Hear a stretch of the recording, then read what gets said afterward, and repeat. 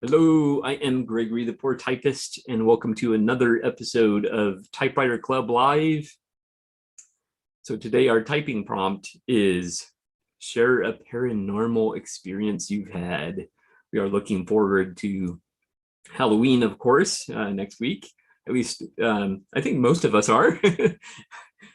Yeah, anyway. So hopefully some of our members have typed up their response to the typing prompt, and we don't have anyone joining us yet, so we might be off to a slow start here. But just to start out, I'll just tell my brief story. I didn't type it up, unfortunately, but when I was a kid, I had a coin collection, a very small coin collection, but I had a set of wooden display shelves, and I kept my coins on there. So in the middle of the night, I heard a sound like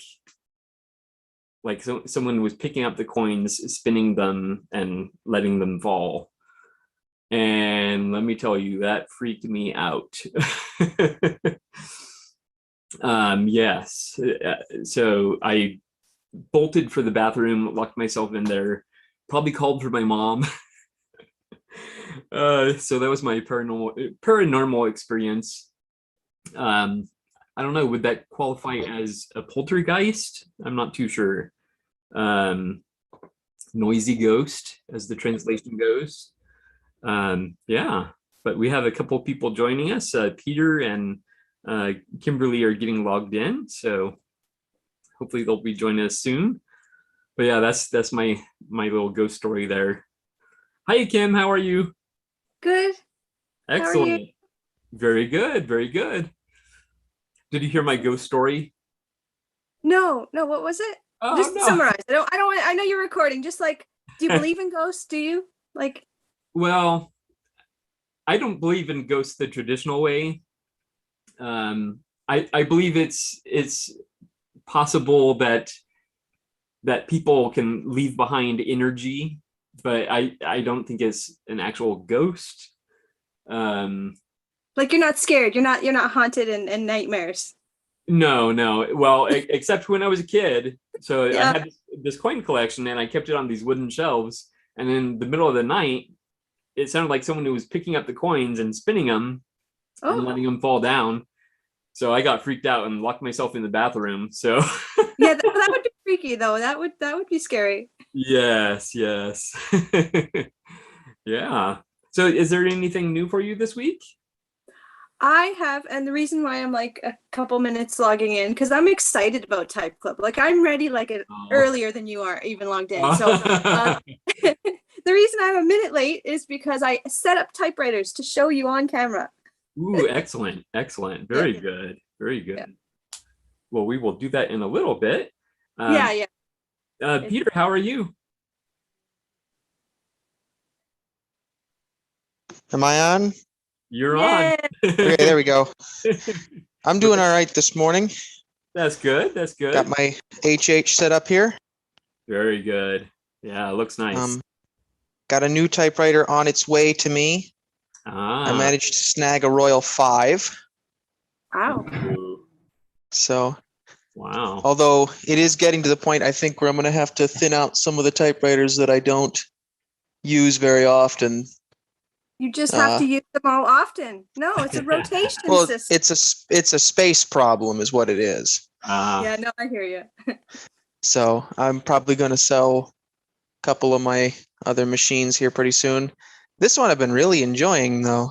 Um, Well, yeah. as someone who's new, like I'm a newbie, how do you pick a favorite or how do you pick one to sell? Like, I guess you get a new one that you just like that feel better. Is that how it goes? For me, well, there's a sort of a several different things I choose. One of them is how they actually feel to type on because I type on them all pretty often.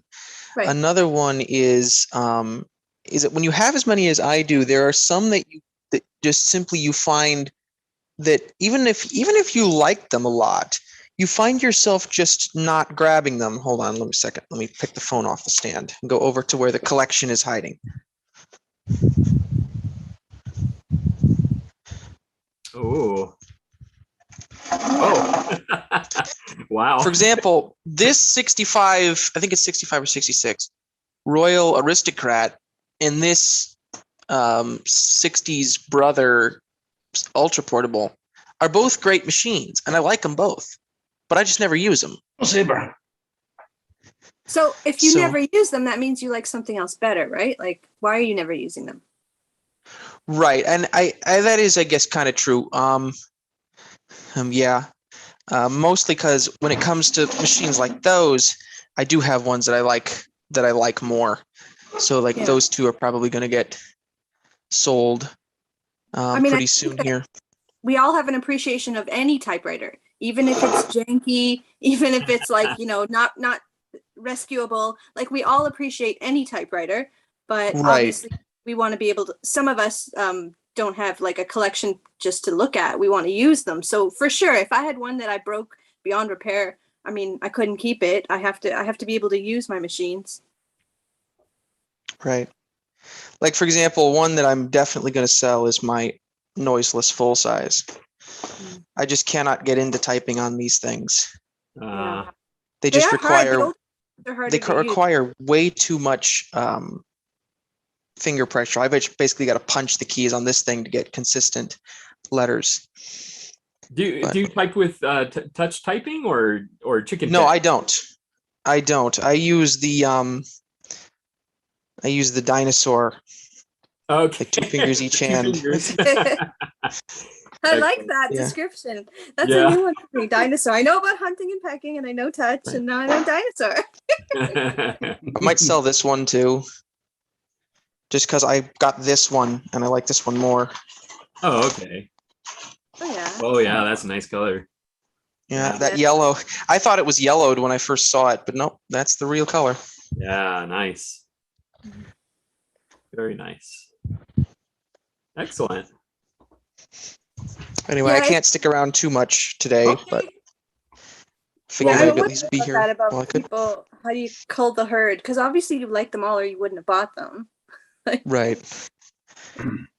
Yeah, I know for me, it's been like an adventure, like first finding out what I like, and then finding out what is good and what is bad, and you have to consider the aesthetics too, because ideally you want a typewriter that's going to inspire you, but Right. that's kind of my process. I have some that are definitely, they don't type as well. I don't like to look at them as much, and I'm probably going to put together a group of 10 of them and see if I can get a lowball offer from our member Bob Marshall with Typewriter Muse.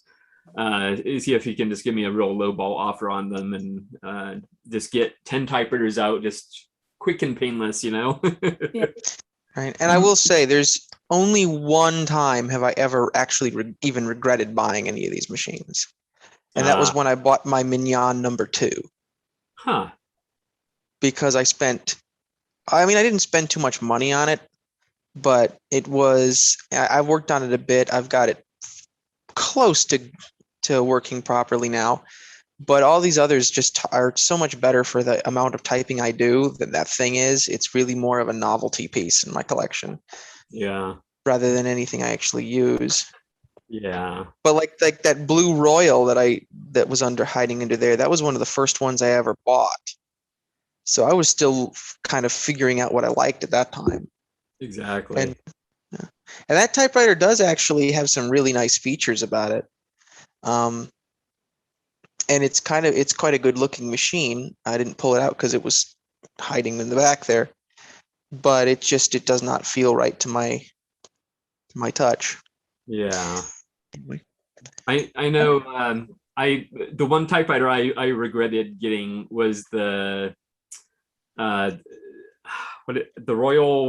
the Royal FP wide carriage, because I have no need for a wide carriage, and that made a typewriter that's already a beast into an absolute terror. It was just I didn't need it, but I did replace it with a normal FP. So right, I only have one wide carriage standard, which is my Woodstock, and I don't mind the wide carriage even if I'm never going to use it. Yeah, it was kind of that was what was available to me at the time thing. Yeah, that's true. May I interject here? Yes. With having been collecting typewriters for over 11 years now, other collectors with whom I've spoken seem to be a general trend that you get interested, you buy anything and everything that you can find, and then you feel both aesthetically and tactile which machines you like better, which series, which make, which model, which brands, and then you generally seem to gravitate towards that particular group. Absolutely. Yeah, and then you start to find yourself selling off the ones that don't appeal to you as much as what I now call my core group. Yeah. of machines I regularly use, and the others come out now and then for a bit of desk time, and then others, well, move them on and let someone else appreciate them. Exactly. Yeah. Right. I absolutely agree with that. That's one of the reasons why I wound up with so many. Yeah. And you are Peter who? Do you mind me asking? I would rather not mention my last name on stream, but hey, fair enough. Appreciate that. But anyway, yeah. Yeah. But he's good at finding typefaces. Very good. Well, yeah, thank you for showing us those typewriters, Peter. Yeah, I still got to find. I was not able to get. Last time I was on, I had been asking about ribbon for my upstrike, a Remington upstrike. Somebody recommended Baco ribbons to me. I have been unable to get a hold of anybody there about actually getting any ribbon. I think it's just one person, right? Is that right, Diane? Yeah. Yeah, it's just one person, so okay. That might be why. Yeah, just keep trying. Diane, how do you usually contact them? Well, I go through the local shop. They buy ribbon through her, and they pick it up. Okay. Which I can't even pick it up. I had to pick it up through a UPS store. I was hoping I'd actually be able to meet her, but no. Oh. and I understand that, Yeah. Excellent. Now, Kimberly, you mentioned earlier that you had some typewriters set up to show. So before we get into further introductions, shall we look at those typewriters? Okay, I'm going to turn my camera off for a sec because I have to unplug and walk down to the hall, and it's definitely going to be seasicky. I'll be right back. Okay. All right. So in the meantime, how are you, William? Doing very well. Excellent. I had a very busy week in the shop. The shop is still going flat out, which is kind of surprising this late in the year. Yeah. But now, a quick question for you. If you partake in the postcard exchange and you are assigned a postcard recipient and you're planning to write a letter to that person, is it okay to slip the postcard in the envelope with the letter? Sure. Yeah. Okay, fair enough. Oh, I would say yeah. I haven't received my first postcard yet, and I've already sent my second. Oh no! And we should be getting your second pretty soon. Awesome. It just takes a while to get to Canada, I think. Yeah. Kimberly, did my letter? Kimberly, yes, did my I letter got get your to you? letter. Okay, Yep, good. it definitely Good. arrived before my birthday. You were. Oh, Yeah. Oh, happy birthday. yeah. Happy My November birthday's not 19th. until November 9th, but William said he would make sure I got a letter around that time. Oh, okay, okay. Very good. All right, so you have some typewriters for us? Yes. This is the Sears Medalist 12. Yep. It weighs a boatload, so I didn't take it out of the case because it'll be easier for me to put away. I did open the top to show you my favorite feature. It's got a little table to put the change type thingy. Yep. Wow, Mathematics. Like a little table, all set. that's amazing. Yeah. And as far as features, I use the paragraph button all the time. I love that. Automatic tabbing. And of course, return, the automatic return. Who doesn't love that about an electric? A lot of people actually. Well, and I have moved it to not the easiest. Like I'm trying to train my fingers. So it's actually at the setting it's at right now. It's not my lightest touch. My Olympia Traveler is still my lightest touch machine. Oh, okay. But this arrived, and this is Oh, Gregory's boy. fault because he loves me so much. I haven't sat down with it, but I just like made sure it was in working order, like from no damage from shipping, and everything seems to be great. Yeah, so we'll see. I think just from my little like test, I feel like the touch feels in between my Olympia Traveler, which is my lightest touch, and the snappiness of my Olympia SM4. And this is somewhere in the middle between those two feelings. So should be reliable, we'll see how much fun I have with it. Yeah. Congratulations. Yeah. So Kim, what did they do to ship it? Did they put an elastic around the carriage controls? Well, I've had to- different, to this? like, as you know, I buy most of my machines online. So I've had various experiences with the different kinds of what people do to wrap to ship, and some are definitely better than others. The best ones, I find they use the saran wrap, wrap the machine, and then if it has a case, that's great. It'll be in the case as well. And then, okay, so after the machine is wrapped safely in the case, there could be a cardboard or something against the type bars to protect, keep those from shifting before it's saran wrapped. And there might be bubble wrap around it still within the case, perhaps. And then after the case, there'll definitely be more bubble wrap, foam, a double box maybe. I mean, like I said, I've had different experiences. Yes, but but the best specifically are- on the Hermes, You really can't go specifically, wrong with too much padding and security. Like that would be the better thing to do. But I did have my letter at 22 arrived, but it needs a drive band repair because the drive band came loose during shipping. So I don't know if it's mushy or not. I haven't been able to type on it. I need a drive band. I'm going to take it to a shop on Thursday. I'll say if your touch is anything like mine, you're gonna find that Hermes monopolizing a lot of your typing time. I think I've got the first of all, third one, the I think plastic I've got ones, and really they're just good ones. great.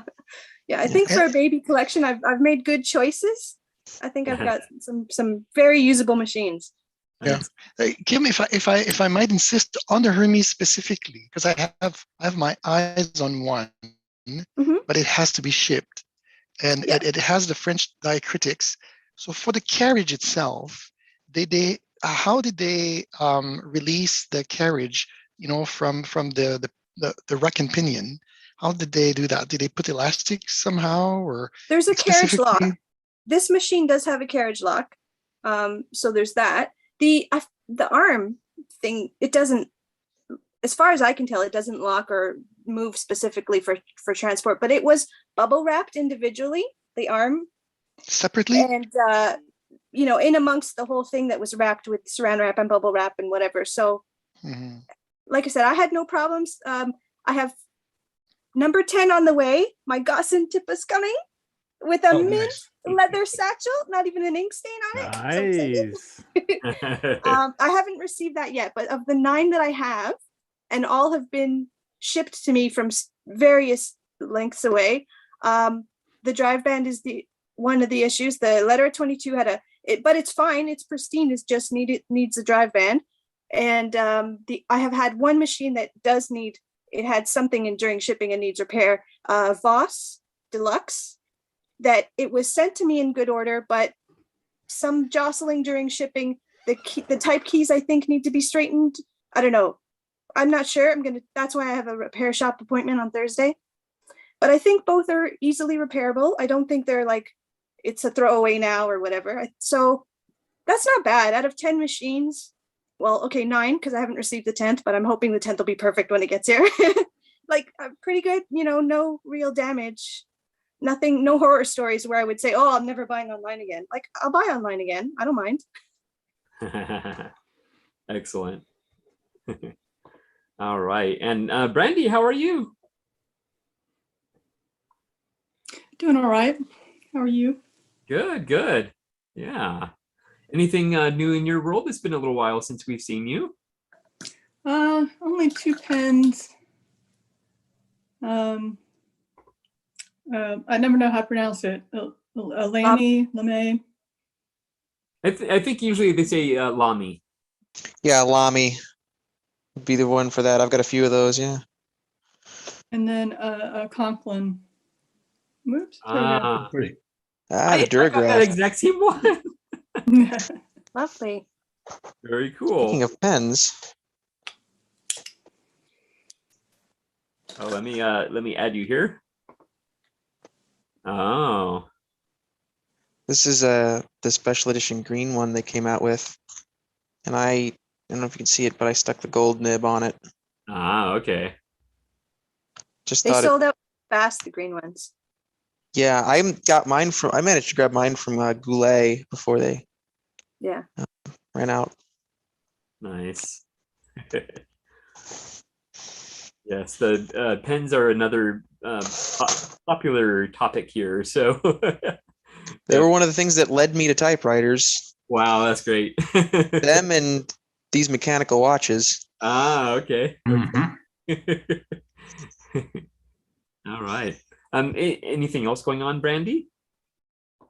No, not really. No? Just enjoying my my latest Adler, but you've all seen that.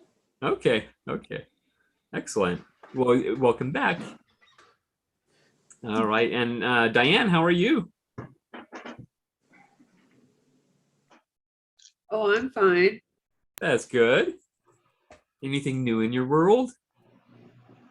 No, just that Smith Premier 5 Ah, yes, yes. that Excellent. it actually managed to get here in one piece. Yeah. Although the little piece for the ribbon reverse, one of the screws broke, so that holds it in underneath. So I have to see if I can.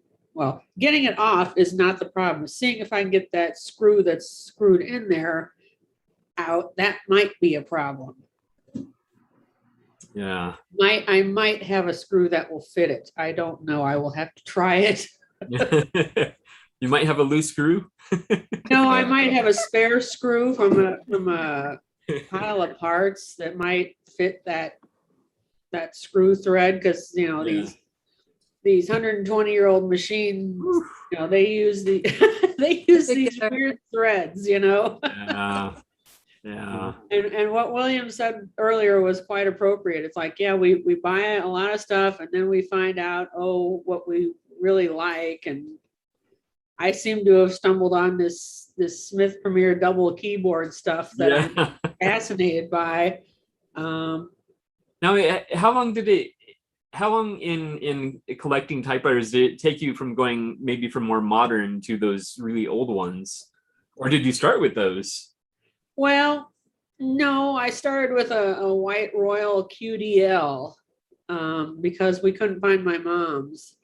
I think she gave it away. I'm really kind of annoyed, but I don't know. I have hope that maybe it's stuck in the attic or something at their house, but I can't get up there. So, but no, I don't know. I remember hearing about upstrikes on Typewriter Talk, And that's an old form that's still out there, although I can't find my password anymore. I don't remember what it is. Oh well. Yeah. Anyway, but I first heard about them there. And then I was able to find one local on the I guess it was Craigslist. Mind you, I got 3 other machines that the seller really wanted to get rid of. So it's like he wanted to charge me $90 for it, and I talked him back to $70. But then I get there, it's like, I had the 90 with me, but it's like, well, I'll just throw these in. Oh. So I got a Smith Corona Galaxy 2, I think. It's this god awful yellow color. I know they showed the yellow machine earlier and they like that color, and I just cannot get along with that 70s color. My mom has a 70s gold oven in her kitchen.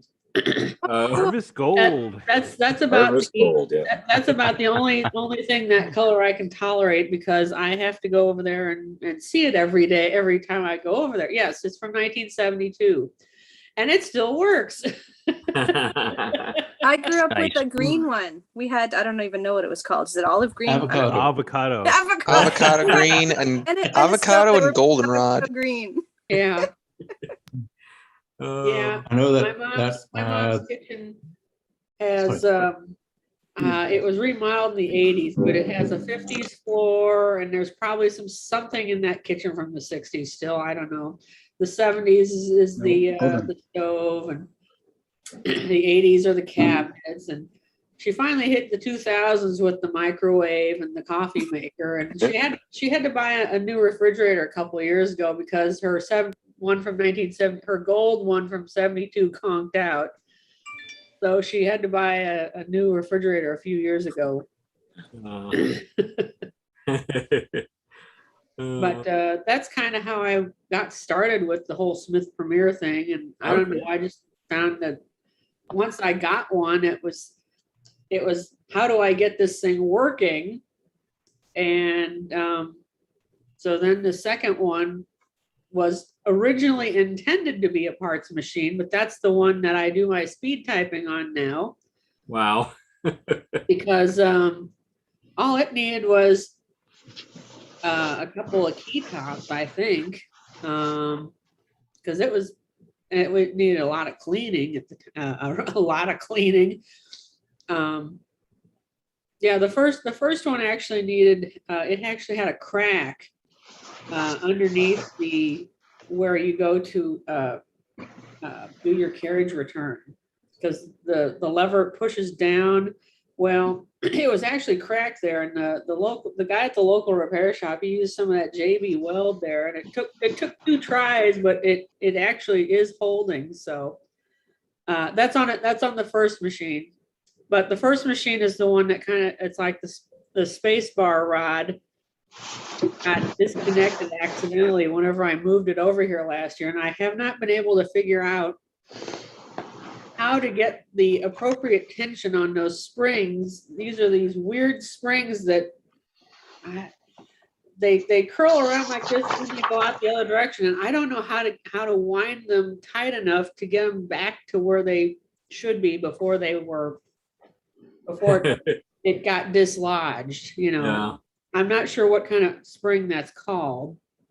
But because I've looked under my other machines, like I see how it goes, but I haven't figured out how to actually do it.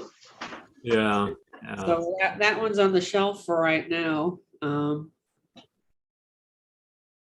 Anyway, but after that it was like, oh, this is cool, and it's like I got the second one working. It's like, dang, this is nice. I like typing on these things, and yeah, it must be kind of a rush getting it to that point where it works again, and it being so old, Yeah, and I found that they have an easier touch than most of the other modern ones.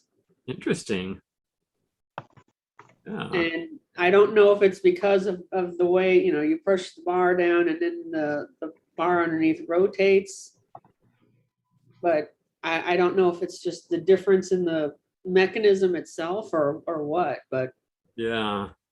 because there is no touch adjustment on these things. Yeah. Yeah. Well, it seems So- like the type bars wouldn't be traveling as far, right? Right. Well, they hang down and then they go up like this. Okay. So under it's like you push it down and then the rod underneath turns and then it pulls and then whack. Okay. I don't know a good way to do that. Yeah, Yeah, Diane, but- if you're ever in a game of charades trying to describe typewriter this way, I don't know how many people are going to understand. Oh, you don't like my Typewriter. typewriter. Oh, So, Diane, one quick question. On those upstrikes, is there any form of spring return on the type bars? Or is it purely gravity that pulls them back again? I'm trying to think on the rim. I don't think there is well, on the Smith Premier, there is, I don't know if there's a spring inside that bar or not. Because the way the type bar looks, and I have a loose one, but it's in the other room and it's in a desk drawer. But I think it's pretty much gravity. Yeah, That's because fantastic. from what I understand, it was that design of typewriter that prompted the Scholl's key map to slow the typist down, because the bars will return by gravity alone. There is no spring you have to fight, so all you're operating is the mechanics of it. And so the Scholl's key map was to slow the typist down to reduce jams between the bars. Ah, interesting. that is interesting that it intends to be slow, because I find I can't speed type on any of my machines, like not even the electric. If I type too fast, it doesn't give the carriage a chance to advance. So the letters are either on top of each other or too smushed beside each other. It doesn't move quick enough. Or if I type too fast on the torpedo, it'll jump 2 spaces ahead instead of 1. So now I got a weird gap. So yeah, I can't speed type on any of the manuals. You have to, like, it does demand its own pace. It forces you, like a racehorse in those carriage ones. I forget what they're called. The trotters. If the horse is going super fast, but it's forcing that pace because it's pulling. Exactly. So Yeah. I think that, what yeah, they're called it's either, so but I different know from- what you're talking about. Yeah, it's just really which is nice. I mean, it's good. That's the whole reason we want to type on these machines, is because let's slow down. Let's focus our thoughts. Let's take a deep breath. But such a difference from a computer. Like, I can go a lot faster on a computer. Yeah. You must type really fast, Kim. Wow, Yeah, I'm about impressed. 120 words a minute. Yeah, of course, I'm not at 20 per nonstop. minute. At work, we're always stopping to mouse to go to a different. But yeah, if I'm just sitting typing, about 120 a minute. Wow. Fantastic. That's My really wife- fast. Sorry, my wife Juliana types at the same speed. So when we do service reports for the work orders, I dictate, she types. And Yeah. she was telling me that when she was working for Home Oil in Calgary, she had the use of an IBM Selectric. And more than once, the type element flew off its mooring because she was typing so fast. Oh man. Yeah, I'm And- the slow day. I'm about 90 words a minute, but it was only because I competed with my mom. My mom was really fast, and it was sort of like a game to I can get as fast as you, and I can. And from what I understand, the front strike manual typewriter maxes out at about 80 words a minute. That's as much as the mechanics can actually handle.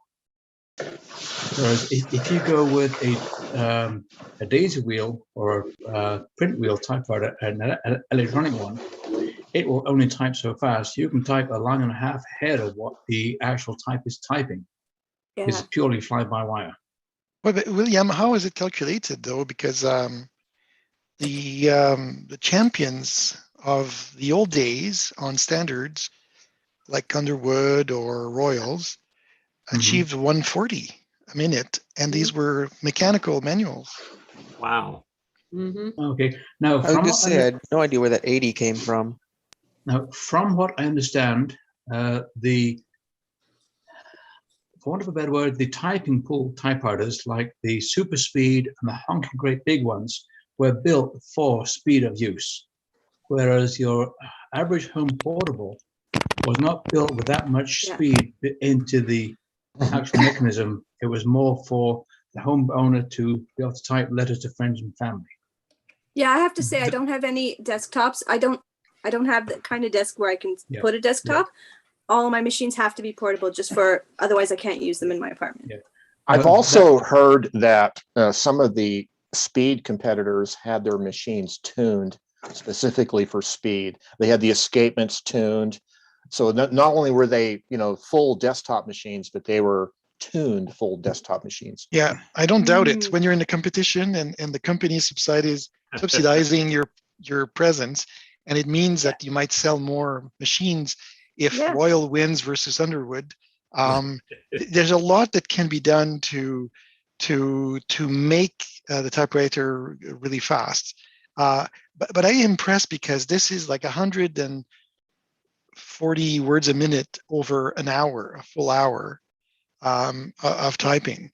And yes, they did have a lot of tricks in terms of how they would feed a new page in and so on and so forth.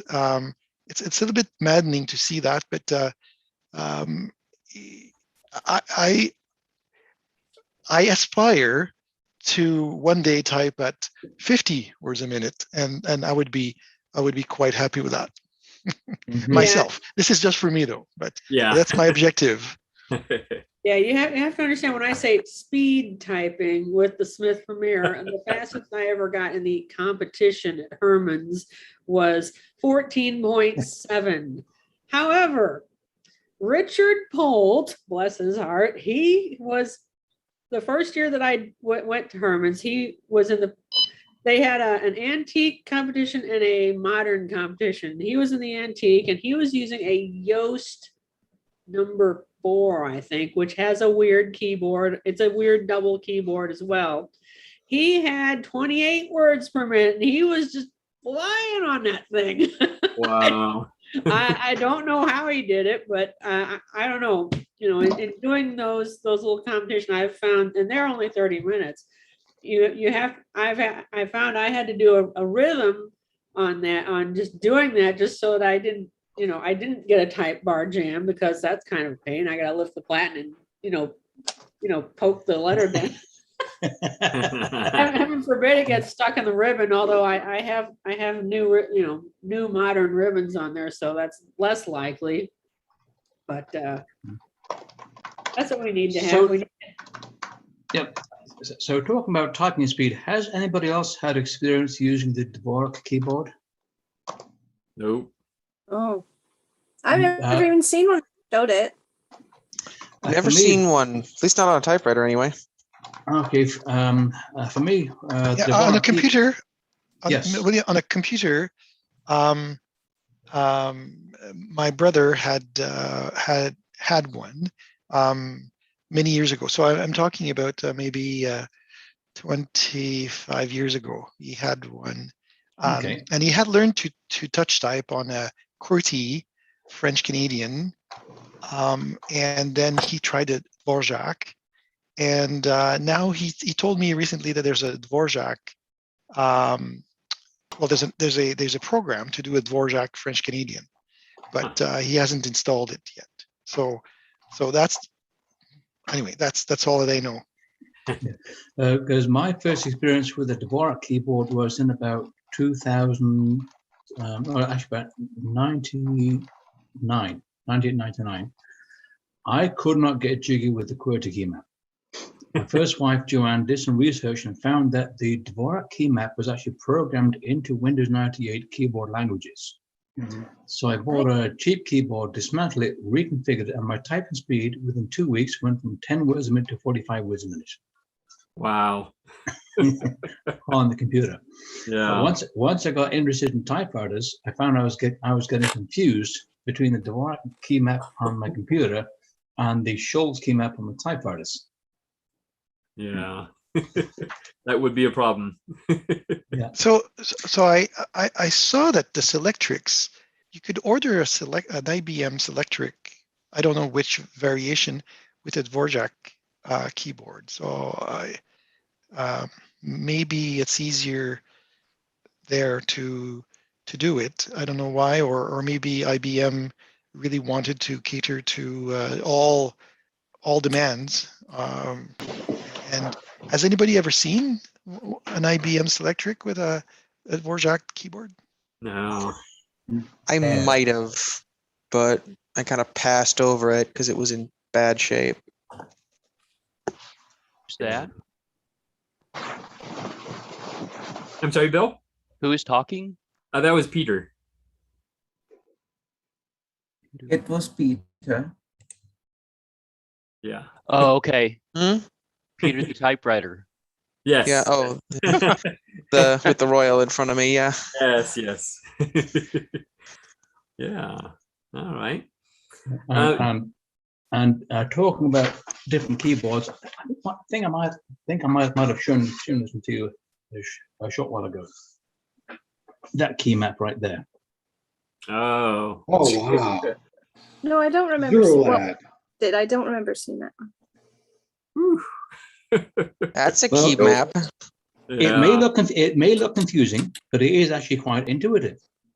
Because for your it's oh yes, that's right. alphabetical from a certain perspective. For your right index finger, type A, B, C, D, E, F. Right middle finger, and on the next three, and then your left do. Oh, right. I do remember that now. Yeah. Wow. Looks interesting. Yeah. And Sean YYC Typewriters, we were talking about having the use of Roman Calibri, and I was looking at this from the other day. I'm noticing that the key action has the same pantograph system, or a similar pantograph system on the keys to the Smith Corona 5 series. Yes, that's correct. Which gives them a different key action to most typewriters. So the actual key cap stays perfectly parallel as it goes straight up and down. Okay. Good. All right. Yeah, I like the Calibri. I would be leaning towards it maybe more than a Hermes rocket. I like the Calibri, but it does have such a small look. It looks like a toy. But it doesn't have the weight of a toy. For a while. Yeah, No, yeah. it doesn't. That's where it saves. It's saving graces. It's a machine. Yeah. I've been looking for those for a while. That's one of the ones on my list of if I could assemble my perfect typewriter collection, a Calibri would definitely be on there. Yeah, the funny thing is, as much as I like the QWERTY keyboards, like for typing on anything, when you're signing into Netflix and you're just using like the push button to select your letters, I hate the QWERTY keyboard. I would rather have like what William showed, like put the alphabetical order of the letters, please. Yeah, definitely. All right. So, Peter, one quick question. The Royal you have in front of you has what's called the palm tabulator. Do you find yourself using that at all? Well, the thing is, I almost exclusively have pretty much all I use my typewriters for, at least since I got it, has been writing these little fiction stories. I have never actively officially used the tabulator on this machine ever. Okay. I bought this machine, I think I paid $10 for it. In this condition, maybe a little dirtier. Yeah. But I did test this out. And I could say if I was using the tabulator a lot, this would be something I would find myself using quite often. Yeah, I don't think there's any time stop set on this. Yeah, I believe that that particular tabulator key was designed to be used by the heel of your wrist. So you just rock over. Oh wow! As opposed to having to actively hunt the tab key. Because if you're in this position, I actually did. I'm trying to learn touch typing. I picked up an old textbook, but it's been slow. But yeah, if you're in the right position, you just kind of lean over and hit it. Yeah. Wow. Like that. It's like heel toe shifting in a car. Yeah, kind of. That would take an adjustment for me. I would find that awkward. I would keep trying to like peck it instead of. Well, it has both. Tab It, on that machine. It has the regular tab key up here. I do love me a good tab. I know some people Ooh. don't care. I care. I like the tabs. It's a little I mean, dark, I know. Not a deal but breaker. I have man. machines that don't have the feature, but if I have the feature, I'm using it heavily. regular tabs there in the heel. Yes. Okay. It's a Is weird it? design. You can actually jam it strange if you like do. I Yeah. don't remember how to do it, but you can like do that with it, and it'll like Yeah. jam up. I Yes, found that that's- out by accident while moving the thing. Yes, that's going to require the movement of the arm. Yeah. Yeah, because if you're in the standard position, which of course I, yeah, Wow. Hmm. That's yeah, cool. I thought it was interesting when I first saw it. There was one of the local auctions had 4 typewriters, and this was one of them. I wound up getting 2. This one and my Remington Upstrike. I have a Royal FPE 16 with a Y code. I still have yet to go through and clean it up. All right. It's Marvin, the- how are you? So go ahead. How are you, Marvin? Hello. Anything new for you this week? Yeah, good day. How do you do? Good, good. For the past few days, I have done a few lectures on international meetings. And yesterday, not yesterday, 2 days ago, I gave a talk and was interviewed on the typewriter. The one inviting me was a school for secretarial work from Delhi, India. So yeah, they were quite surprised by my age, but that was not a problem. I demonstrated my expertise. I am not a collector, but I am more intrigued and more. My expertise lies on the use of the typewriter itself. Very good. More things which are new. You know what? I've kept this sheet. No, you can't see it. But yeah. There we go. Yeah. Okay. You know, this sheet is very useful because every time I go into a meeting, someone always asks, "What's new with life?" So I always read everything from this sheet. So okay, I've been working on. Okay, how do I? I've been working on a daguerreotype. Do you know what a daguerreotype is? Yes, photographs. Yes, I've been working on that. A few weeks ago, I acquired a desktop typewriter for my personal use. And so I used it. I used my typewriter at least 4 hours each day. And now, just an hour ago, I tried the portable again, the Brother Deluxe 750 TR, just for the sake of it. And you know what it feels like? It feels like a toy. It feels like something. It feels They're like two a different cushion. classes of racehorse for sure. Like desktops are a whole different ballgame. Yes, exactly. You will strain yourself using a portable. That's why I finally got myself a desktop. So where was I? When it comes to my mind is not in compost mentis right now. It's not in good shape. Oh. Marvin, what time is it there right now where you are? It's a 11:45 a.m. Yes. So I had initially. Okay, midnight then. Where's the other sheet? I had initially thought that 9 a.m. was 9 a.m. Mountain Time instead of Pacific. Oh. So I joined an hour earlier and found no one. So, and I subconsciously thought that the meeting was cancelled. So yeah, so how stupid of me. No, it's just a mix of time zones. That's all. Happens all the time. Yeah. Now, pun intended there, Gregory. That's 2 for 2. I'm counting the puns, Greg. I'd like to say I planned it that way, but I did not. Yeah, so go on, Marvin. Also, I always tell whoever interviews me on typewriters, when it comes to speed, you can't, you need to aim for the highest, but if you get around to 60 or 70 words per minute, that's fine, because most secretarial work or everyday work is fine in that speed range. And as I always say, aim, if you conquer country, aim to be emperor, but if you become king, that's good as well.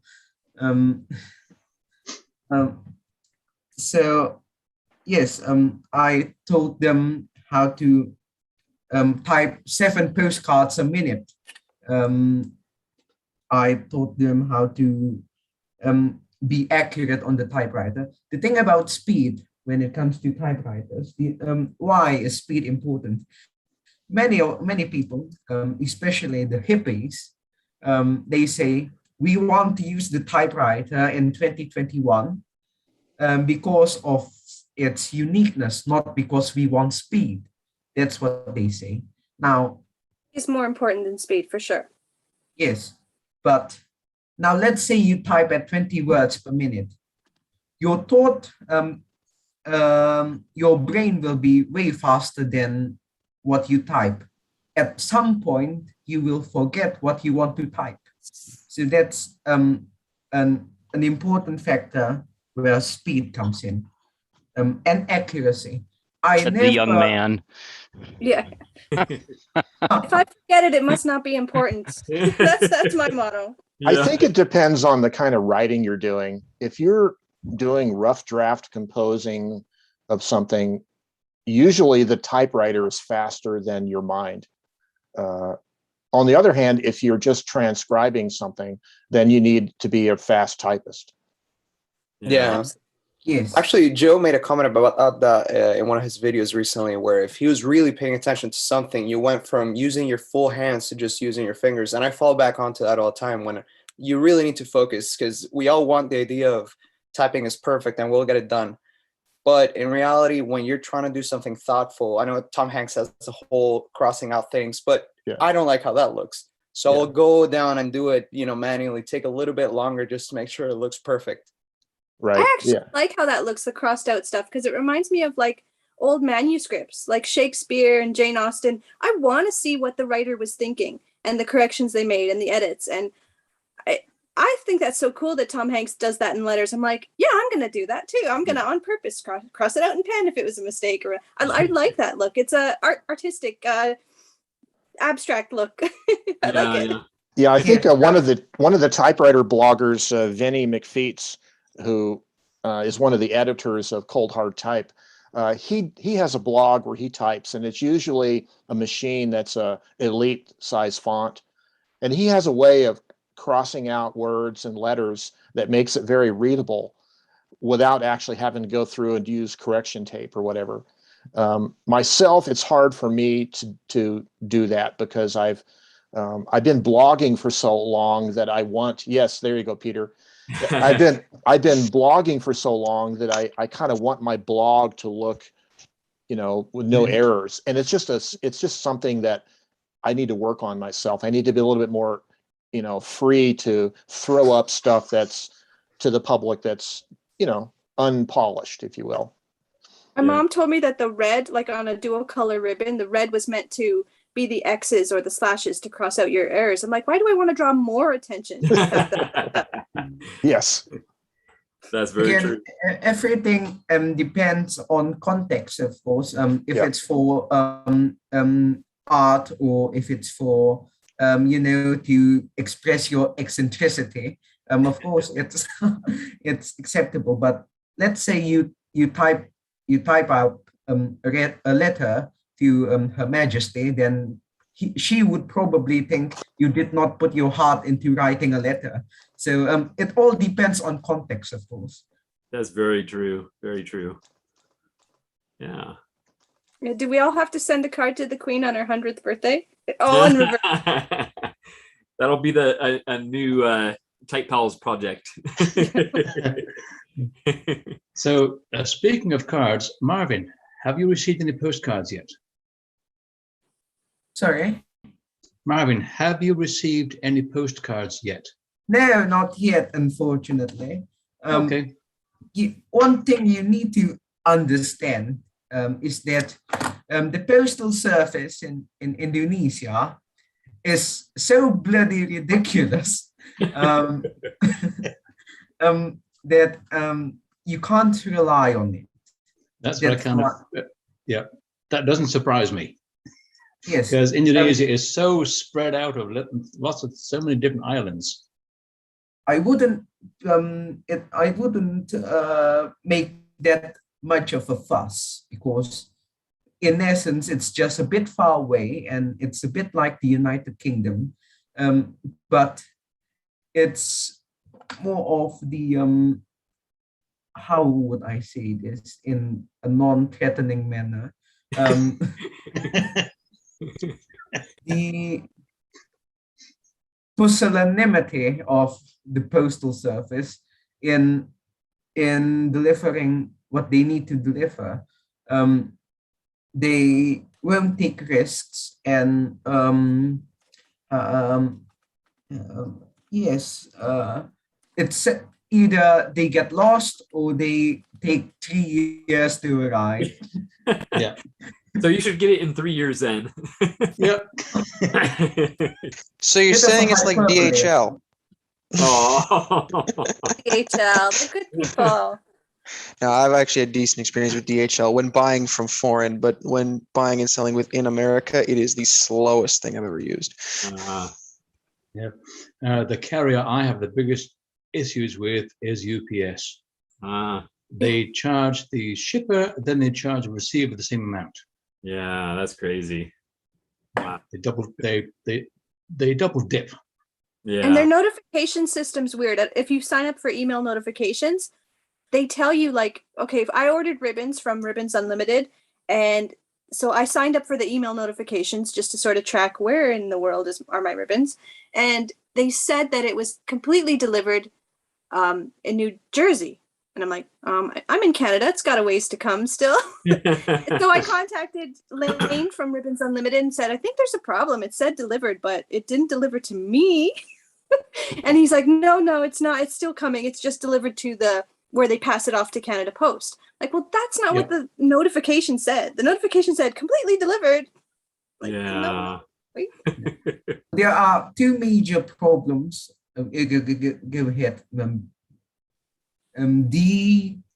Daniel, did you have a comment or question? Yeah, I just have a comment to Kim. This happened to me with UPS. I had ordered a very nice tool from a seller in the US through eBay. It was shipped to UPS, and it never got to me directly. It was delivered, if you know Ottawa, it's spread out east to west along the Ottawa River. And it got delivered in the most western part of Ottawa at a business that has nothing to do with me. They don't have the same name as me. It was just dumped there.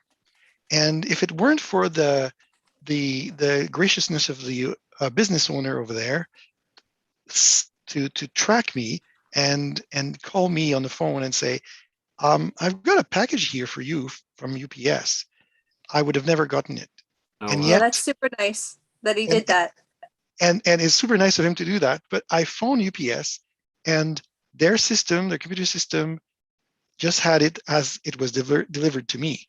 And so somebody, I imagine the driver, scanned it and unloaded it by mistake, took a bunch of packages. This is a business, I imagine, that receives, packages, A lot of, a lot of packages or a few packages, and then scan it as delivered. And I started arguing at UPS that I didn't get it and I wanted a compensation for it, and they never agreed to anything like that. But that is like the worst story and I do share William's frustration in charging incredible fees for brokerage fees for crossing the border. It's just amazing. So I avoid anything that is shipped by UPS, like the plague. Yeah. So I now call them a useless parcel system. oh no, don't be mean. Nobody's useless. We're all valuable.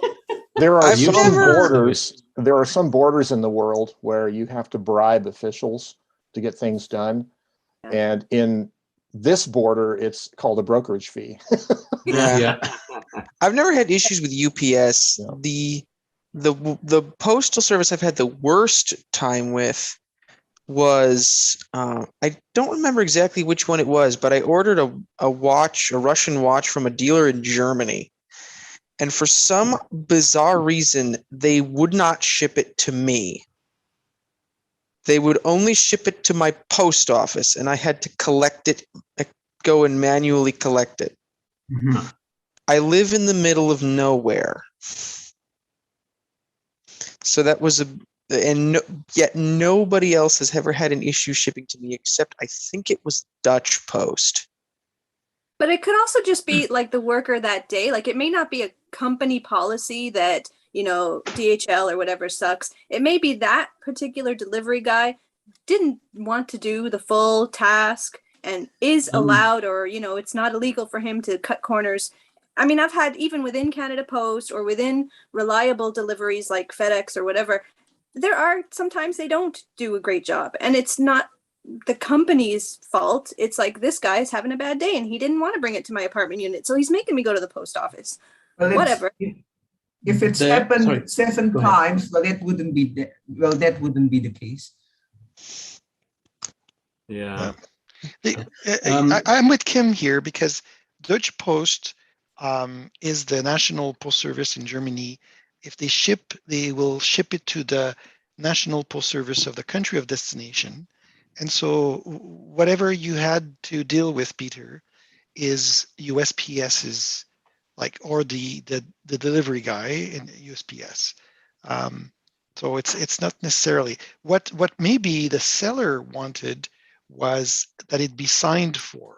So you'd have to sign for it. And that I can see. So that's an option, so that they have a proof that you received it, so that there's too many fraudulent claims of non-delivery, I imagine. So sellers are beware, and they do that. But I have to agree with Kim here that it's probably something that is more to do with the delivery USPS. Every job, even our own jobs, we can choose to go above and beyond and give extra special service, or we can choose to do the minimum that is required by our employer. Everybody, including self, I have good days and bad days. Yeah. My question is, was that package insured, Peter? I don't remember.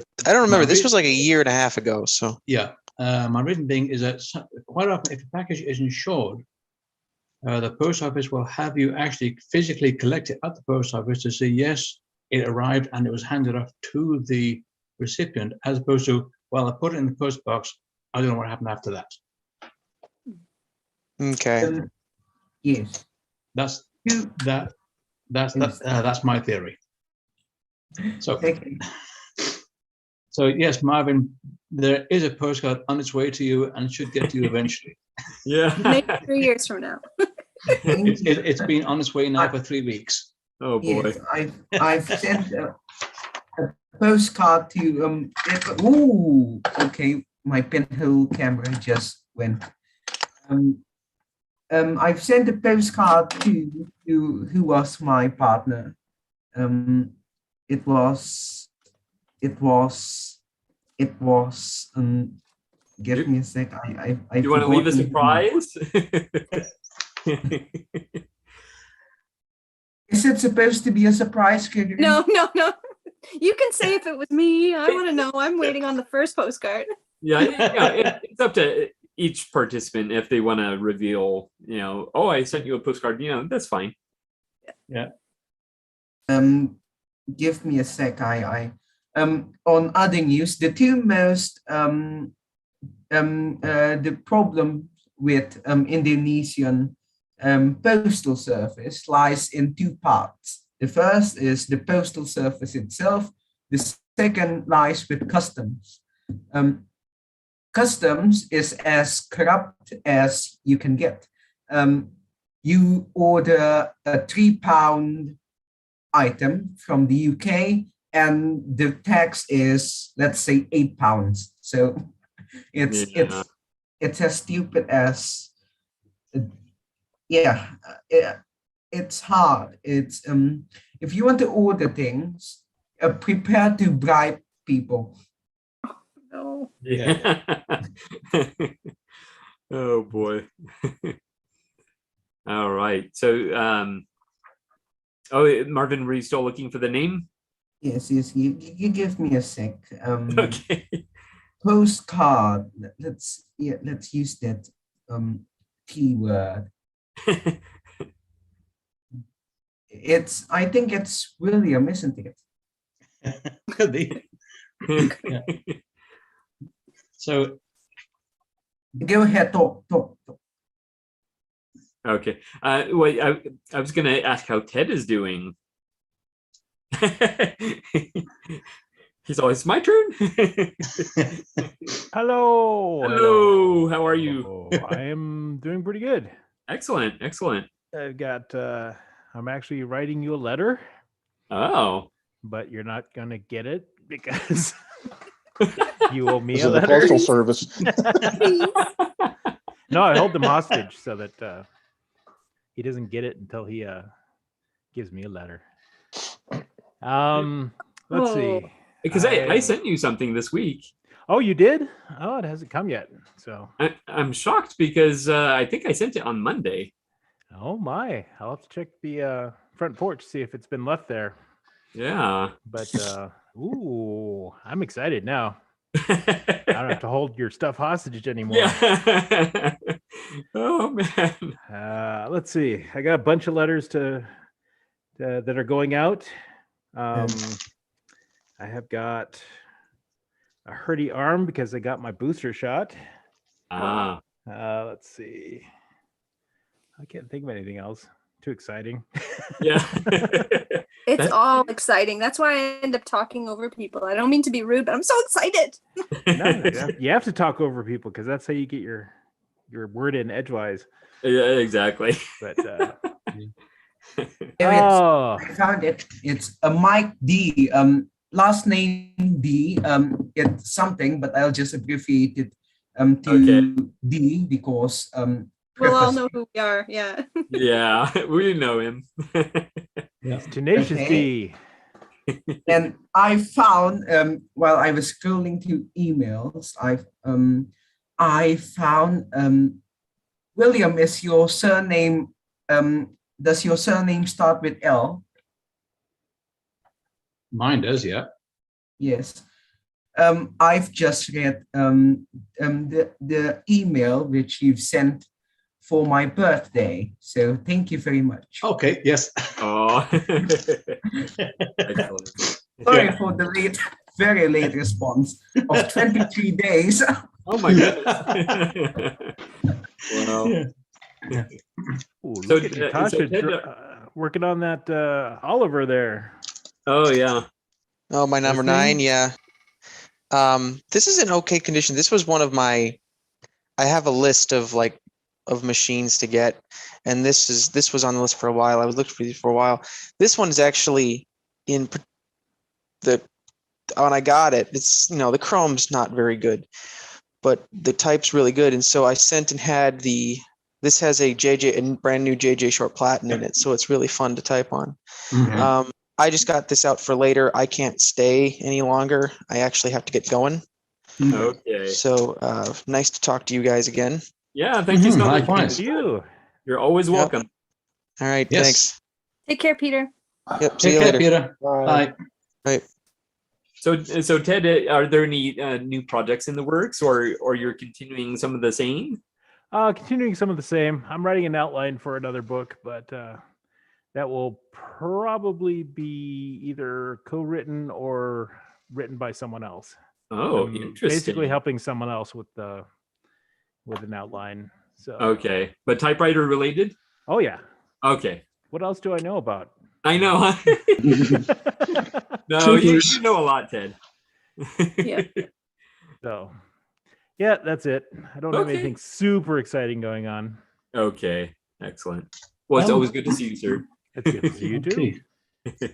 I see some new people though. Yes, I me too. know. Yeah. Let's All right. see. Frankie, Jay. All right. Yep.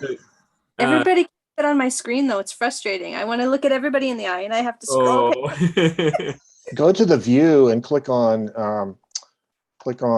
gallery mode. Yeah. I'm in gallery, but there's okay. multiple. You Oh, still okay. have to It's got scroll. a teeny tiny little screen. Yeah, it only puts Oh 4 my. people at a time.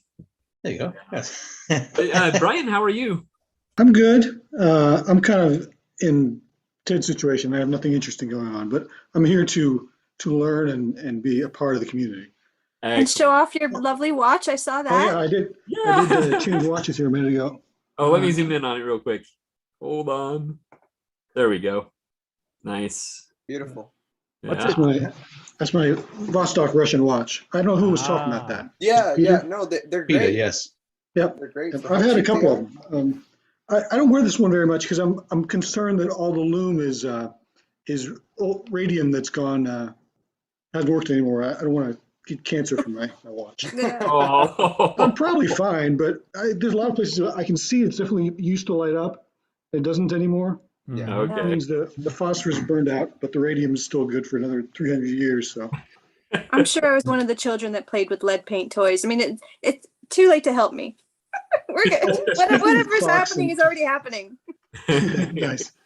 Speaking of clocks and time, Ted, what time zone are you in? I can't. Your clock is very strange. My clock is very strange. What does my Over your clock shoulder. say? Let's zoom in on him. It says 10:05.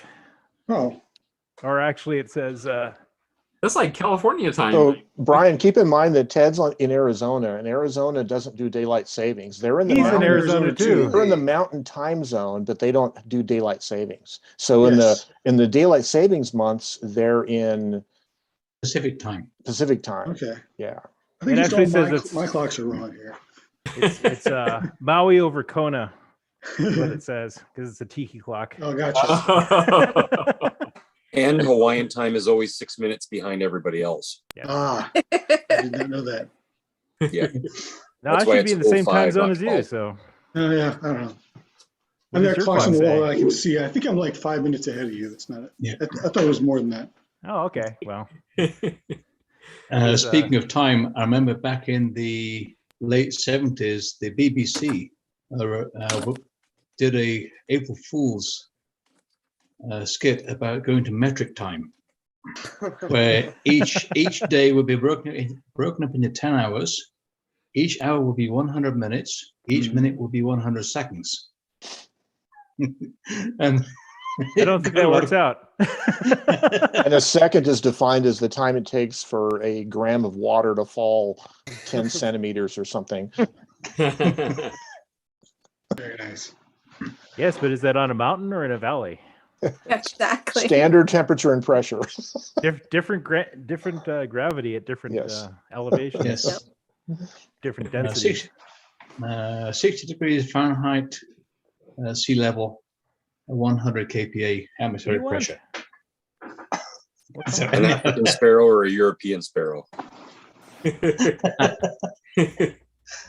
Oh, One up, come up. all right. And Sean, how are you doing? I'm good, thanks. How? Yeah, no, I'm good. Yeah, I Very decided to wear a different hat so that I would be I different. love your hat. I'm going see that. 1957 today. Nice. I nice. love Okay. Tap rim. Yeah. Very good. Yeah. Anything But new? other than that, no. I'm typing on the Olivetti Latera DL, the biker. It's like a biker dude. I love the look of that black one. leather and chains. Yeah, yeah. And I don't use this as much because it's a 70s typewriter, right? But unlike what we were talking about earlier, it's not avocado green or harvest gold or or goldenrod. Garfield. Yeah, I do actually. Those colors have grown on me now. But anyway, that's sort of cool for a 70s typewriter, but I just don't use it as much. So I thought, I might as well pull it out and just whack away on it. And such good typewriters. I mean, there's so much plastic on these Olivettis, but you know what? They're just really awesome typewriters.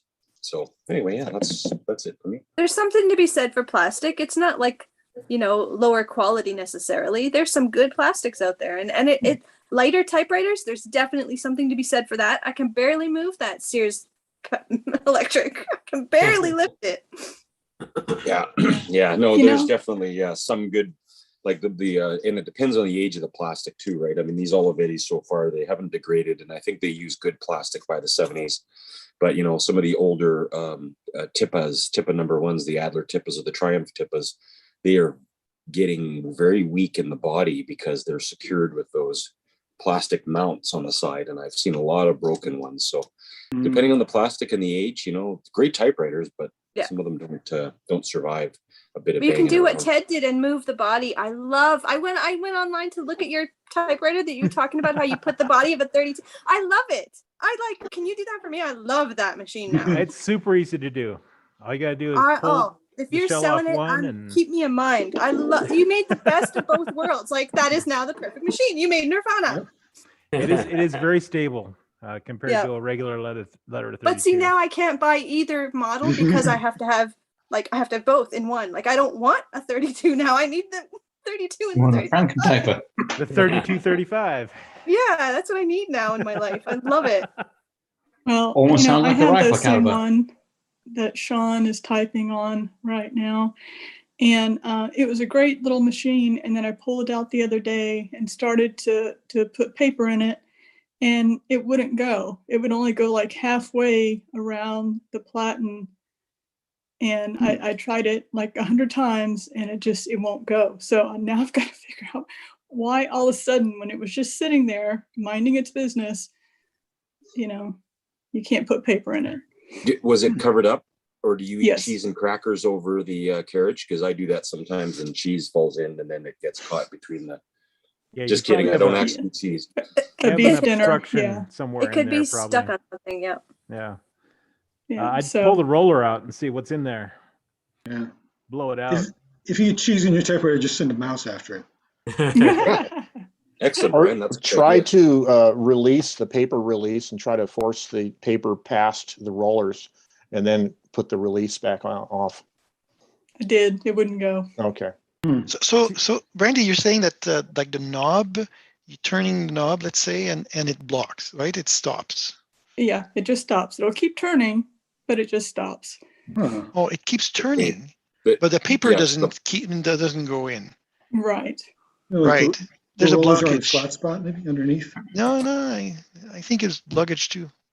Okay, on those machines, the left-hand platen knob unscrews from the platen with the right-hand thread. Hold the platen with one hand, turn the left platen knob as if you're tightening it, and see if it'll turn any without platen. Because if that has come loose, the line advance will no longer drive a platen. Oh, okay. So maybe the thing is turning, but the platen's not turning. That's what I'm thinking. Hmm. And yeah, that's Okay, one thought. cool. Well, that would you visually, you'd see that though. You'd immediately see that the platen is not moving. I might not. But you said that if you tried to feed the paper through manually with the Paper release lever. yeah, Disengage. if you engage the release lever so there's no pressure on the feed rollers, then you can't just like wiggle the piece of paper through around the platen manually. That is correct. Yeah, so- that's right. So Try this. Try doing it slightly by the bottom corner at an Just angle. what I was going to say. Just you what I know, was going to say. with the released. Yeah. There may be a piece of paper stuck down in there, Ah, jamming up the That gap makes between the platen and does the happen. roller. Yeah. Does the Or front cheese edge of crackers. does the front edge of your paper get nicked up when you put it in there and try to roll it in? Like you get... it looked to not, if Oh, I'm okay. remembering, but I need to do it again because, you know, when you're the first time you're trying to do something in the middle of the night and Yeah, do it a few times to troubleshoot because all of those suggestions are all like that could solve your issue. We don't know what it is. And does the carriage turn backwards by hand? I Or don't it remember only turns trying. sorry, the platen can it turn it backwards more than half a turn? Yeah, I didn't. I'll have to try it. I don't remember trying that. Yeah. So Well, thank you for all the brainstorming. I really appreciate that. That's what That's we're what we're here for, my dear. I'm not a typewriter engineer. I mean, I tried to reattach that drive band and I was able to do it like I could get the carriage now going halfway and then it freezes in the middle. I think I'm just not winding with enough resistance, but I'm afraid to go farther. I don't want to break that little internal spring in the pulley. So I'm taking it to a professional. Like I'm not, I cannot Yeah. be Kaylee flying the Firefly. I'm not that level of engineer yet, but I'm gonna get there. I'm gonna Yeah. carve my best impression of Mia and Care and like rock star it, but not yet. Not for a few years. Yeah. If Kim, if I would, I wish I had counted the number of times that a client says, I think I overwound my clock and that's why it doesn't work anymore. There's no such thing. I always tell them, no, there's no such thing. You can't really overwind it and damage anything. If it's broken, it's broken, right? So, but I think your intuition that maybe the drawstring got unhooked and now you're missing a turn, so you need to actually by hand you need to wind the barrel and then attach it, and so it takes a little bit of coordination. Yeah, it just feels scary because as it gets too tight, it's like, oh, I'm winding it too much. I'm gonna break the little spring inside. You know, I just Five turns. I'll make it worse. I'll leave it to the professional. If he breaks the spring inside, he's got extra springs. He can fix it. I don't have. If I break it worse, I can't do anything. No, he might not have extra springs. They might have to really work hard to find it. Yeah. Or think of it this way: if he does have extra springs, then you can try it, and if it breaks, then you can take it to somebody to replace the spring. Mm-hmm. Well, like I said, I have the other machines in a worse condition, like the type bars that need. So I have to go anyway. So I just bring both machines. Yeah. You know, I'm going anyway. Like if I didn't have to go, I would maybe try harder because I think it's going to be a really easy fix, like something I probably could do. But I'm already bringing in another machine. Just let the professionals deal with it. And the nice thing is, if it's an easy fix, that it won't cost you a lot of money if it's an easy fix. Like I said, I feel better. If I damaged it worse, I would be devastated. If he damages it worse, well, he's a professional. So then I know it was nobody's fault. Like it's the will of the supreme beings that want me to have it damaged. Typewriter gods. Well, yeah, exactly. When I got my I don't want the blame on me. If the blame's on you, we're good. It's fine. These things happen. If the blame's on me, I will be devastated for life. when I got this Antares Parva, they said in the listing that the carriage wouldn't move, and I figured, well, the drawbands come off or something like that. So, or the carriage lock is on something. Well, I got it. You type on it, and nothing moves at all. If you put it slanted downhill, the carriage will move downhill. But then I looked inside of it. It didn't have a mainspring at all. The whole spring in the housing was gone. Oh wow! It was just like nothing to wind it on. There's nothing there at all. So I wound up getting a parts machine and salvaging the spring out of that and putting it on this. I had to re-drill a hole, and it was a huge thing. But yeah. That's my funny drawband story. Yeah. Good. So it's not just me. Yeah. Not just because I'm a clueless newbie. It happens. No. These things happen. It happens so often that it's one of the first things I look for when I get a new typewriter. If it's sold as not working, are the type bars just all stuck? and is the drawband broken or off? Because it happens so often. People won't bother with it if that happens because they don't know what to do with it. Yeah. And one thing I've found happens fairly often on the Hermes rockets, the Empire Aristocrats, is that during shipping, the drawband will draw cord will actually skip off the main. Oh yeah. It will actually skip off the drum. Mhm. I think that's what might have happened to Kim. Yeah, that is exactly what happened because it was like loose, tangled, and I'm like, it was fine when it was shipped to me. It was during the shipping that happened. Yeah. Wow. Yeah. Oh, I should say this typewriter here, just my Remington. What is this? Remington, some sort of typewriter I have. It's pretty. When I put the drawstring on that, when I went to do it, the drawstring goes through a hole in the outside of the spring casing, and it ties behind it with a knot. So you have to take the spring out. You have to take the spring out of the housing. You have to. And you had to make a tool with a guitar string and feed the thing through from one side to the other. And it was just a nightmare. It took me forever to do that. Wow. I couldn't believe that the engineers hadn't put like a slot inside of the thing so you could move the knot in without taking it apart. It's just a hole drilled right in the middle of the side of the casing. So you have to take it off and thread the thread in through that hole from the inside and put the knot against the inside. I was so mad when I saw that.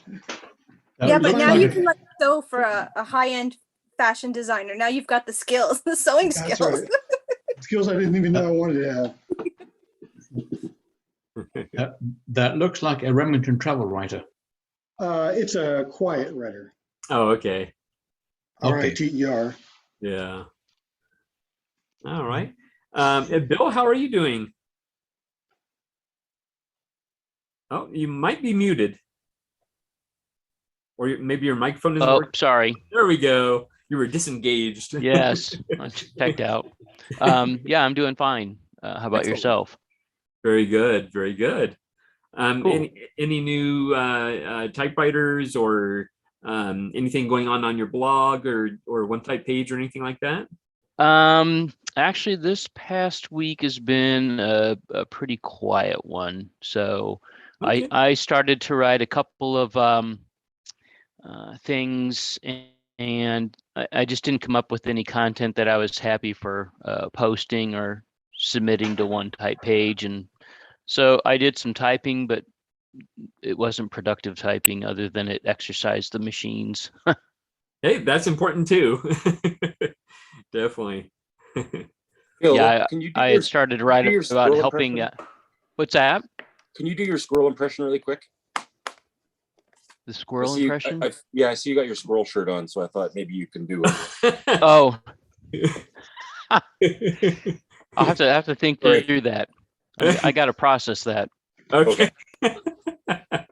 Sorry. Yeah, I got my squirrel with his pint here. Yeah. So. That's funny. I have an unboxing to do. Oh, nice. Well, first I have my issue of Etc. magazine. Came in the mail. By the way, while you're unboxing, someone in the comments, let's see, where is it? Ooh, I like the cover. Oh, look, they put the Apple memo on the back. Oh, nice. Stop using typewriters.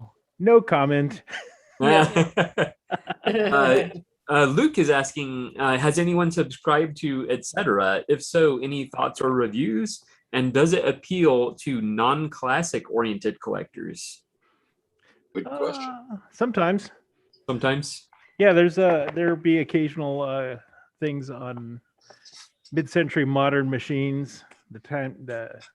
Sometimes repair articles and sometimes touching on history and stuff for these not so old machines, but it's mostly focused toward the older collectors. Oh, okay. Like machines that are quite rare. Antiques. Yeah. I got this. Oh. Gregory Short there. It did arrive. It Now did you arrive. Now you don't have to hold your letter hostage. I don't. I was very nervous. Oh, look, all this stuff. Yeah. Okay, Let's see. Hey, Gregory, did you ever get that tape I sent you? I did. Yeah. Okay, good. Thank you so much. Yep. Oh, a zebra pen. Oh, Zebra. I like these. yeah, they're good quality. Thank you. Excellent. And I have a long lost button. Let's see. Black Ball Bandits. Yeah. Is there a story behind this? That was the band that I was telling you about. They're a certain band. Okay. And in a roundabout way, I know a member of the band because he was in a band with my old print shop teacher. So yeah. And I've got a certificate of PVC. You remember that? You sent that to me. Oh, I did, huh? So you sent it that back? to me, so I sent it right back to you, and I turned it into a sticker. I see. Okay, yeah, it's just random stuff. Yeah. Ooh, and I got lots Fun of stuff. letters. Those are the best packages. Yeah. Look at that letter in cursive. Ooh. And some postcards. Oh, cool. I'm guessing that you made these. Yes. The postedcard.com. Then we'll throw a testimonial there about your postedcard.com website. And what else did I get? Oh, I got some sticker stock. Yes. Yeah. Some thermal, I'm assuming. Yes. Oh, nice. Stock. And then I've got this black package. Oh. That's your Mission Impossible. Careful. Dun, dun, dun, dun, dun, dun, dun, dun. Oh, hold on. That's how I feel about black typewriters. I'm like, this is serious business now. Yeah. Got to use a tool. Yeah. Even better.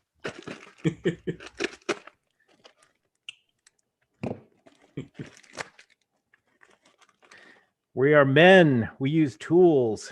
Ooh, I got a micro cassette that I can listen to. And this one's for you. Excellent. And it's evidence bag. Ooh, he sent me music. Yes. I got music from Bill too. Very good. In Portland over there. Nice. So I have ooh. Oh, you got a button from them. Yeah. Yes. And music to CD. accompany the button. Yes. I And like last cover mission, art. I told you it was Mission Impossible. Yeah, there Yes. you go. And then I've got, Right. oops, I dropped something. This is selections. Ooh, he made me a mix CD. Of my own music. Your own music. Excellent. Over the years, so it'll be interesting. Oh, look at that. Are you DJ Bleak? I'm all of those. Ah, DJ Rerun, Sugar, Historic, or HISSTORIC, After the Static. Oh, you go by a lot of different names. Yeah. Lucky Tourist. Here's another Historic, the beginning of his story. Oh, cool. Oh, look at that. There are, what is that, 29 or 19 songs on here? 19, yeah. Ah, okay. It's actually a long form composition, but I broke it up into sections.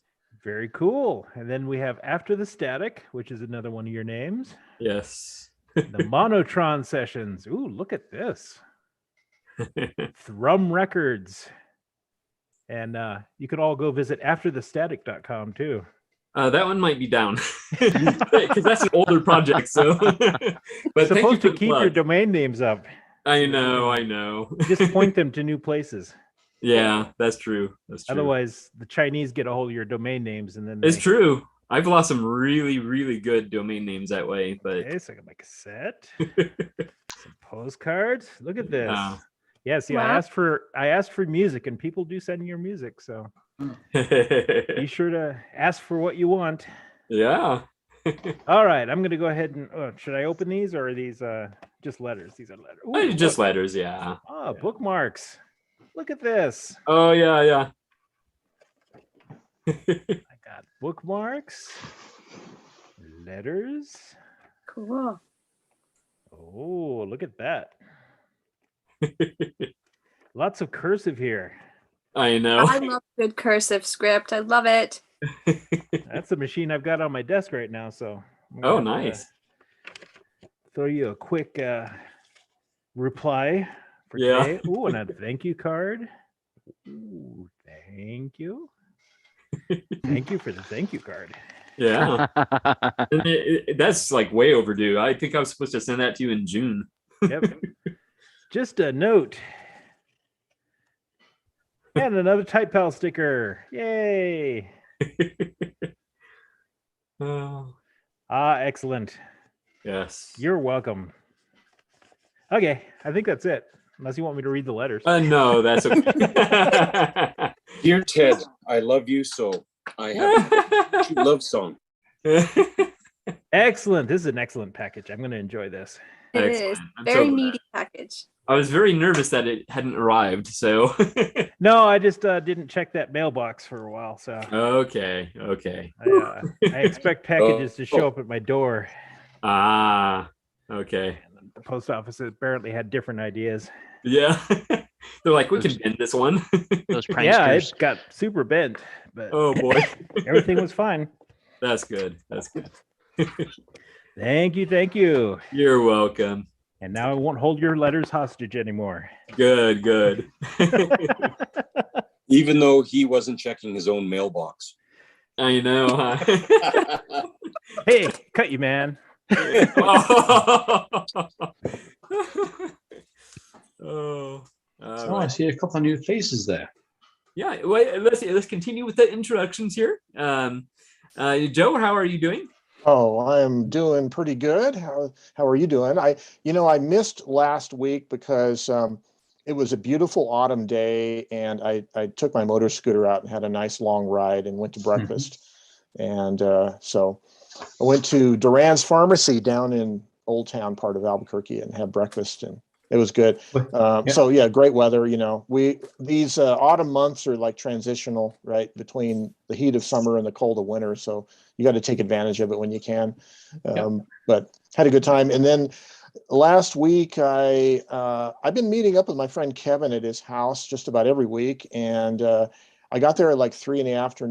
and I left at probably 10 o'clock at night.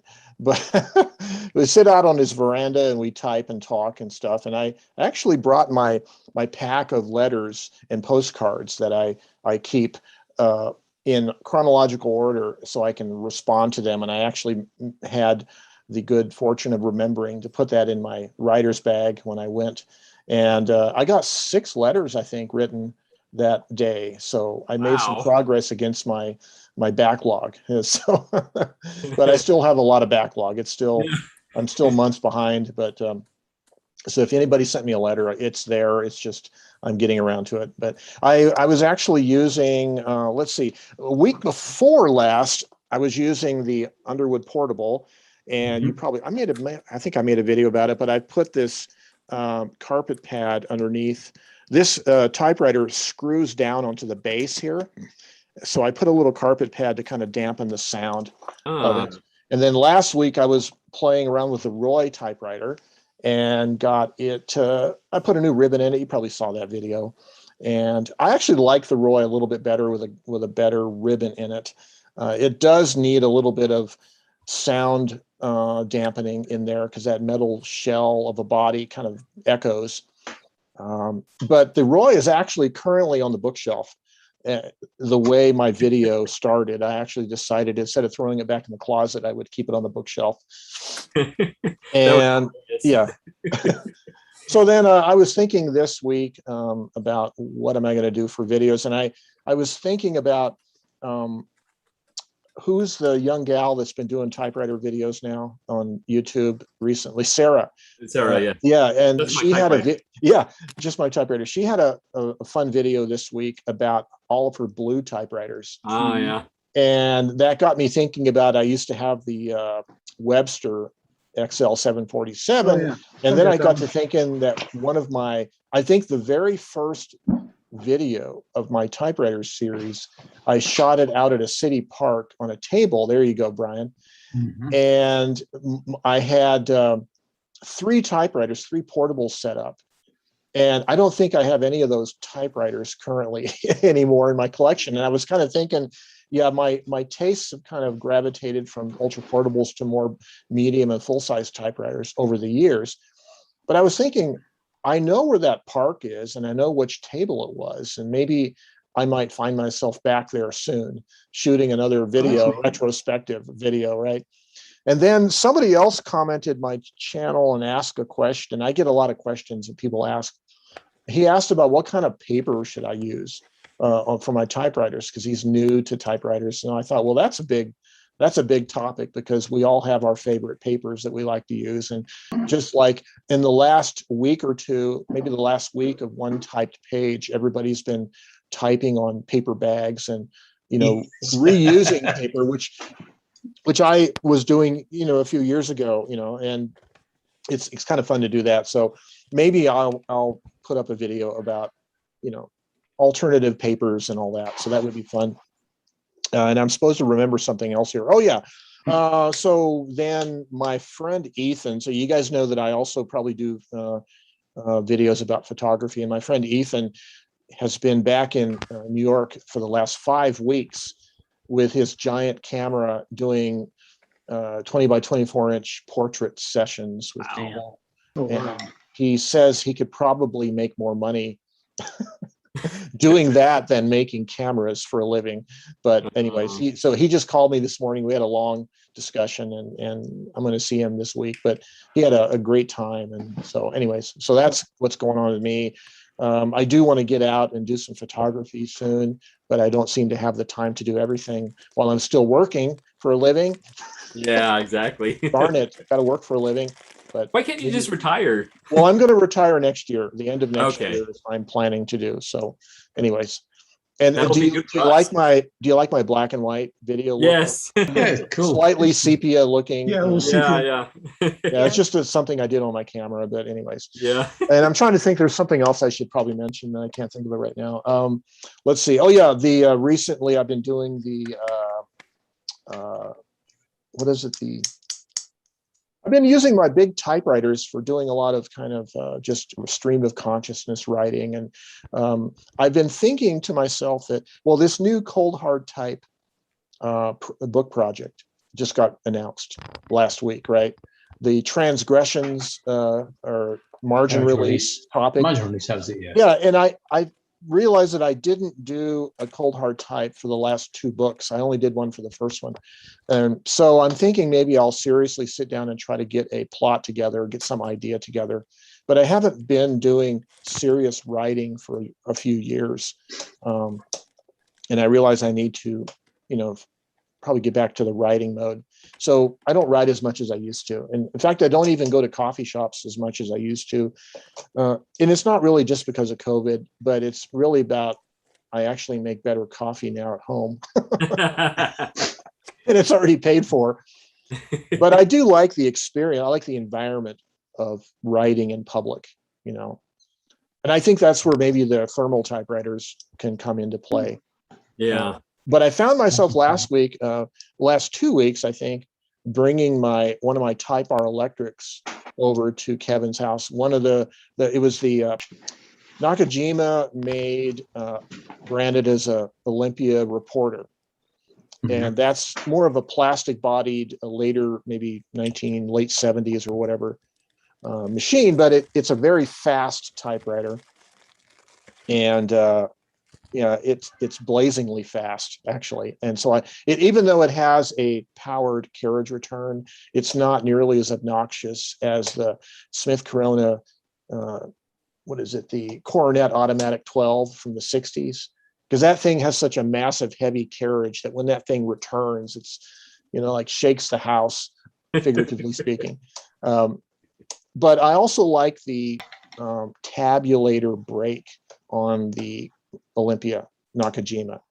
You hit the tab button and it just goes zzz, and doesn't slam really hard like a lot of machines do. So, and that's one thing I don't really know a lot of machines that I have that do have tabs. I don't know if they actually have brake systems and they're just not working, or if they don't have brake systems at all. So that's one thing I haven't really dug into that I should one of these days. Yeah. I know I'm just rambling on here, but I'm trying to catch up for 2 weeks worth of not being Yeah, here. I missed you last week. I admonished you and you weren't even here to I know. defend yourself. Oh, I was going to say that video made me make purchases, and I'm like, it's all Joe's fault. I know, so I actually watched the YouTube live stream afterwards, and I played it back at 1.5 speed. Right, you can do that on YouTube, and it was very funny because certain people, when they talk, they sort of sound like chipmunks when they're talking at 1.5, like I do probably, because I kind of talk fast right now, anyways. But and it would sound like, that's what. And my pitch goes higher too. Yeah, it's good to get past like 3.5 hour video, doing it at 1.5 speed. Exactly. But I realized, oh, Bill, you have your hand raised. Oh, you just made me think of something. So I didn't mean to interrupt. No, go ahead. That was just a cue for Gregory. Okay. Anyways, so yeah, I enjoyed the live stream, and I started like counting how many different people were mentioning me or had questions for me, and I can't remember now who they all were, but anyways, so I remember you, Kimberly, had mentioned that. And so anyways, I think that's about all I have to share right now. If I will think of something else, I'll mention it, but it's 11:45 here in Mountain Daylight Time, and I have my friend Richard is going to come over in 15 minutes and pick me up, and we're going to Canteen Brewery for lunch, which will actually be breakfast for me. So yeah, beer is not just for breakfast anymore. So, it's after 11. Yeah, it's 11:45. So well, Joe. Yes, Joe Van Cleve, I did have one question for you. Sure. On October 11th, you posted on one type page, which I see has since been removed. Ooh. Yes, the typewriter. I took the liberty of copying and printing this off. What you have written, I think you'll find that you're a little closer to the truth than maybe you think you are. And I would strongly recommend a book for you to read. Is called Farming Humans by Larry Alford. I think you would find that very interesting and he describes how the entire US economy is more or less based on a lie told to Congress by a lawyer in 1913. Yeah. Well, there was a lot that happened back then. Yes. But, so the old saying is history is written by the victors, right? The history books are written by the victors, and there's always alternatives, right? His story. Yeah. So I'm not a purveyor necessarily of conspiracy theories, but on the other hand, there are in the United States, there are laws specifically against conspiracy. So So and what I'm saying is people can, it's just human nature to conspire and to want to conceal things, right? So, but I do appreciate Daniel's efforts in making one type page available. And I also, at the same time, understand his interest to keep the content of it as widely acceptable as possible to a lot of people. And I think there was some other person maybe about 6 or 9 months ago that had a few things that were controversial on there, and they got taken down. And I understand where he's coming from, right? It's the nature of an online forum. You'll get like trolls and attacked, and it's like amongst friends we can discuss hard issues and like not go crazy, but anonymous online people, they go crazy with that, something like that. I know, and I understand that. So yeah, it's like I made a little correction to somebody's one type page yesterday, and it was talking about the book, the short book Hiroshima by John Hersey, and he said it was John or Seymour Hersh is what he wrote it. He got the authors confused, and I made a little correction down at the comment section, and then afterwards I realized maybe I'm sounding a little nitpicky and like but anyways. So yeah, it's a social atmosphere. Anytime you have a thing like one type page, and you have to deal with a lot of different people, and not everybody will agree with you. So it's you always want to kind of pretend like you're in mixed company, and there's certain things you shouldn't discuss. But there are times when I do write something passionately, and I just decide to post it on one type page. And I probably should just stick it on my blog instead. But I still recommend that you download that book, Farming Humans by Larry Alford, and just take a read through it, and yeah, it will echo a lot of what you said in your one-type page there. Well, thanks. Yep. And Anyways, your correction, Joe, was from my reading of the comments now was welcome. Okay. Yes. By the author. Okay. Oh, very good. Oh, good. The original author of the OTP. Oh, good. Very good. Yeah. It would be very helpful too, because someone like me, like if I'm gonna go search that title, the proper name would be helpful. Yeah. So just so we finish it, Hiroshima was actually originally an entire issue of the New Yorker magazine. Was dedicated. It was a long piece. It was really more like a novelette, or it was a short novel, not really a novel, but it's true to life. Anyways, if you've never read it, it's just 5 people who were in Hiroshima the day of the bombing. So excellent. And Bill, you had a comment or question? Yeah, just a quick, I forgot to mention this. I meant to say this when you asked me how I was doing. Any fans of the Smith Corona, is it called the Electra 110? Oh, yes. So last night I just happened upon a movie called Paperman, and it had Jeff Daniels was an author, and so it might be the most prominently featured typewriter in a movie I've ever seen. Oh. The Electra 110 that he. Yeah, there was just an article in a recent major periodical that I cross-posted to the Facebook group yesterday about the Electra 120, I think it was, that some famous author, he was probably a New Yorker author, has 10 of these typewriters. Oh, wow. Because, in case one breaks, he'll have another one. But that's his favorite typewriter. Robert Caro. Robert Caro, thank you. But does he really need 10? 110? Well, only one at a time, but I think it's more like probably people, I think they said people send him, or they'll say, I have a Electra 120, do you want it? And if it's a decent price, he'll get it. So he had up to over 20 of them at one time. Wow. And now he's down to about 10 of them. So anyways, it's a good thing to have found your favorite typewriter and to find more than one of them. Yeah. No, that's quite funny, because that's my last typewriter I just found.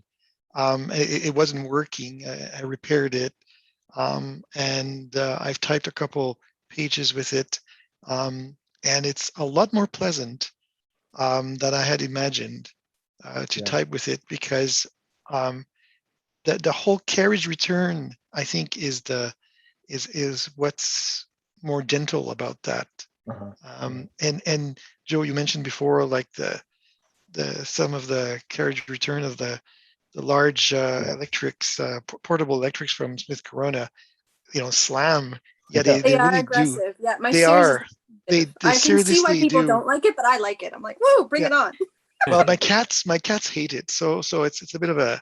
I have to be careful about that one. Yeah, but they're very great. It's on the other end, it's like a major workhorse for me. But the Electra 120, I really I think I based on it, but maybe it was your review and Dwayne Jensen's recommendation on his YouTube channel that I saw it locally, and I went to see it. And, well, it was a bit frustrating because the lady said it was working perfectly, and I went there and it wasn't. The mainspring was totally seized, and then she said, "I don't understand." And well, I okay.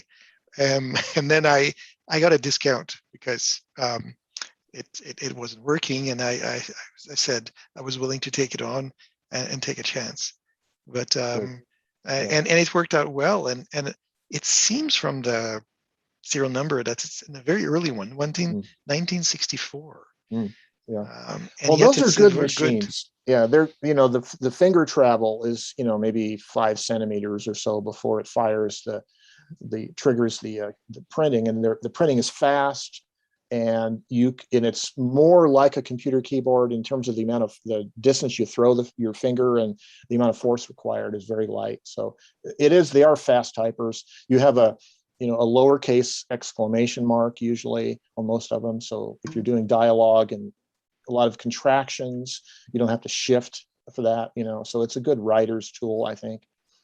Yeah,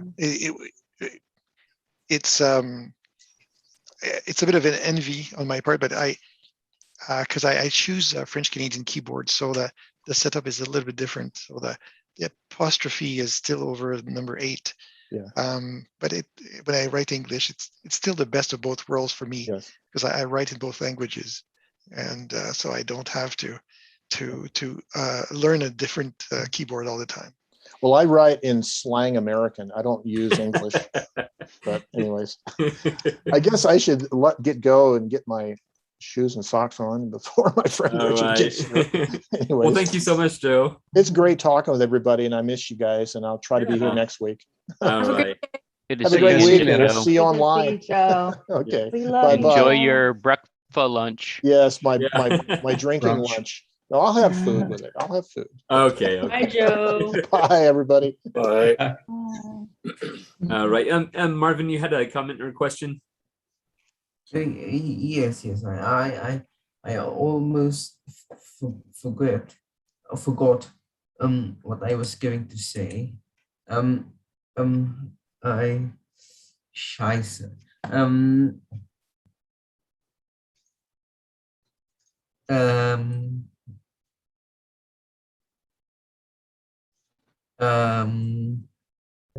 It happens. Oh yes. This is more of a technical question. After this, I'm going to leave because it's 5 minutes to 1 a.m. here. Yeah. Yikes. And I need to work on something else. So Sleep. You need to work on sleep. sleep. 4 hours of sleep is enough for the body. What's it called? But it's not enough for dreaming. You need your dream time.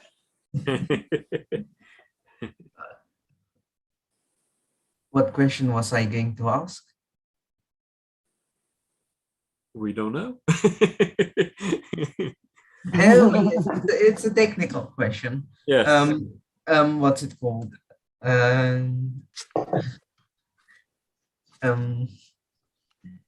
Postcards. What about postcards?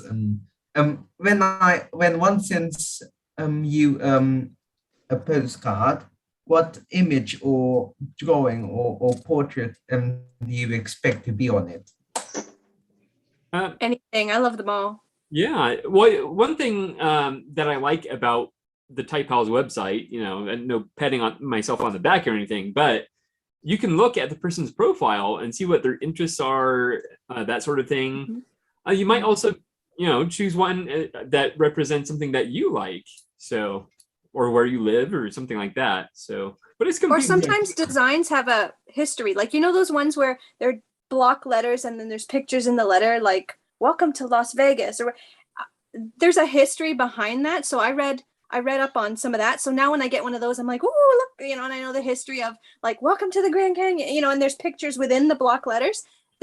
It's actually a very cool thing. So there's certain designs or just historical interest in certain postcards. But I love any postcard. You can put a squirrel on it drinking a pint, and I'm cool with that. I also love vintage postcards. Yeah, I love the idea of a postcard finally fulfilling its life purpose after many, many decades, so. Sorry. Go ahead. What do you call a vintage postcard? I have postcards I bought back in the 1980s and still haven't sent yet. Are those vintage yet, or are you talking about? Yeah, back I in the know 60s? exactly. In my lifetime. Those would be vintage, but I think the ones I have most are from like the 50s, maybe the 40s. I probably have a few from the 30s, but those will probably never get sent out. I think that's pretty much it. But I mean, 80s is vintage now. Yeah, I have some 90s that's is so vintage beautiful now. that you'd frame them. Like the image is so beautiful. Yeah. Others are like I guess it depends on how precious it is. Because if you go to an antique place and there's lots of like black and white vintage ones, then you don't regret sending it out into the wild. But yeah, they're all good. They're all good. Yeah. Yes, that's why we have standard units. What you consider vintage, I may not consider vintage, because when you say modern, Gregory, when you say modern, what year are you thinking of? It's something that was printed in the last 10 years, probably. For me, anything after 1940 is considered modern. It depends how old your country is. Canada's young. We're a baby country, so everything's like vintage or not vintage. Everything's new. We're not old enough to have anything antique. I know, right? Well, we are now, but barely. For me, I'm very Anglo-centric. I'm very oriented towards the United Kingdom, because that's where my everything I do is. Okay, back to the question. On the technical question of postcards, when do you expect to receive postcards? Do you expect to receive them only during exchanges, or can I send you anytime I like? Anytime you like. Anytime, Please. definitely. Definitely. Yeah. I'll take note of that. Yeah, that's the nice thing about postcards. You know, if you don't have enough time to dedicate towards a letter, like I can easily spend at least an hour typing a letter. So a postcard is a great way for me to spend just 10 or 15 minutes, or maybe not even that, depending on what I put on the postcard and that sort of thing. Maybe even just 5 minutes. So yeah, anytime. Yep. Oh, thanks very much. Sorry. Yeah. Go ahead. Go ahead. Go ahead, Marvin. No. He was just saying thank you very much. Okay. Yeah. Anybody who has received a letter from me knows that I spend more than a day or so writing. Yeah. All right, we should probably get back to the introductions, because we still have several people that haven't been in. I'm going to leave. Okay. Well, thank you so much, Hi, Marvin. Yeah. Take care, Bye. Marvin. Marvin. Hi, Marvin. One last thing. I've just noticed, since it smells bad. It smells bad. That you guys are probably using fountain pens. Yes. I don't like fountain pens. I like dip pens. And I've left my house for 1 month, and you can't really see it, but the ink is moldy. Ooh. Wow.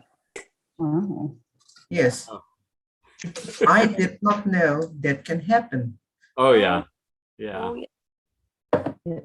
Yep, definitely. All right. Well, thanks again, Marvin. Yep. Take care there. Thank you in Bye. details. Sleep well. Bye. I hope to see you next week. Yes, we hope so. Bye. You can add a little Bye. alcohol to keep the mold from growing. Oh, okay. What? Add a little alcohol to keep the mold from growing. I didn't know that. That's cool. Yeah. Oh Okay. yes, exactly. Yeah. I didn't think about it. Okay. Okay. All right. Have a good Good. one, Marvin. Good. Yes. Good day. Get some rest. Dream time. Okay. Natasha, how are you doing? Great. How y'all doing? Very good. Excellent. Good. I've missed a couple of weeks myself. Yeah. Yeah. I like your t-shirt. Thank you. Thank you. I've let me see what I've got going here. I missed the past couple of weeks because, well, the first week I didn't feel so good, and then last week I just took some time out for me and did some things. So, but I do have a lot of good news. My book, it was approved by my publisher, the Memphis and Infrared, Different Point of View. So what they're going to do, because it's experimental for them, is to they're going to approve the first 300 books as ebooks, and then if that works out, then they'll do paperback. So if Congratulations! Yeah. Thank you. Yeah, I'm still getting paid either way, because at first I was like, well, I'm still getting paid for ebooks. So yeah, so I just want to make sure of that. But yeah, we're good. I've already signed the contract. The manuscript is due on the in March of next year. Okay.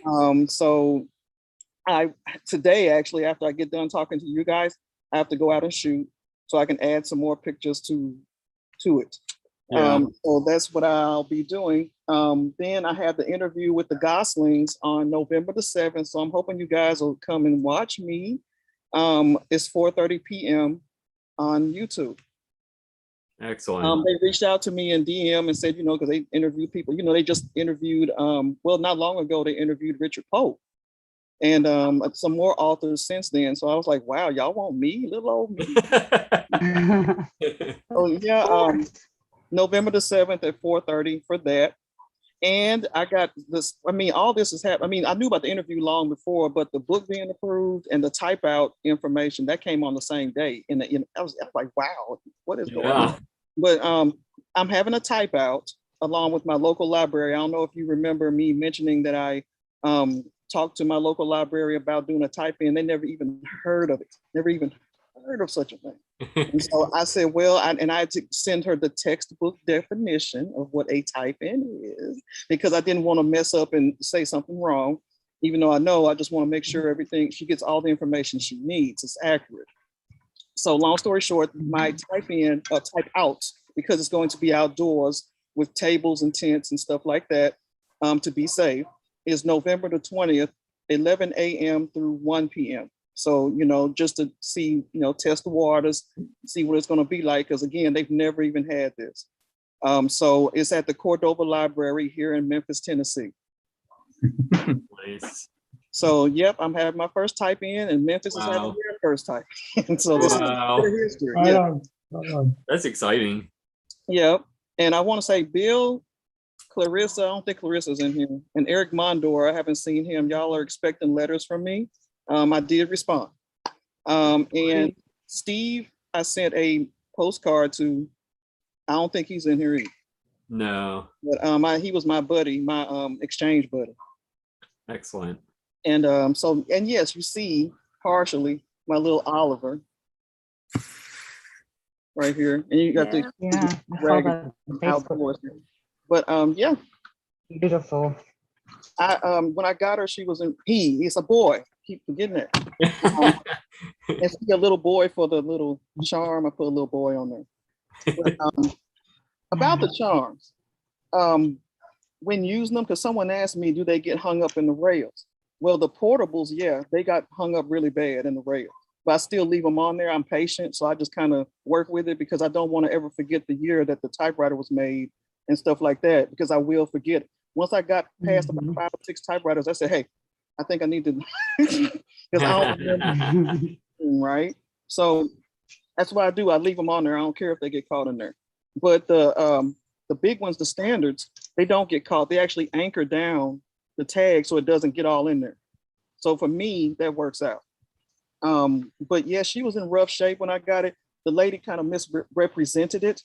She had like a paper in it that made it look like it worked, but the paper was from like 100 years ago, probably. And the letters are typed on paper, and I started typing on it. She got nervous because she didn't. If I remember correctly, she didn't really advertise it was working. She just said that antique and blah blah blah, but the paper looked like it was working. So so I typed on it. It didn't do anything. I was like, you know what, project time. So because it had the metal top. And for those who haven't already seen it, because y'all probably, I've been blurbing all over Instagram about it. It has the metal top and it has the wooden bottom with it and an instruction manual. So I couldn't pass that up. And this came from Facebook Marketplace. Wow. And it was rusty. None of this was working. None of this. Didn't have the little, what do you call it now? Why is this escaping me? It didn't have its drawband. Yeah. Oh. But it didn't work. So what I did was order one, and that's what's taking me so long to even talk about this, because I had to wait for everything to come in the mail.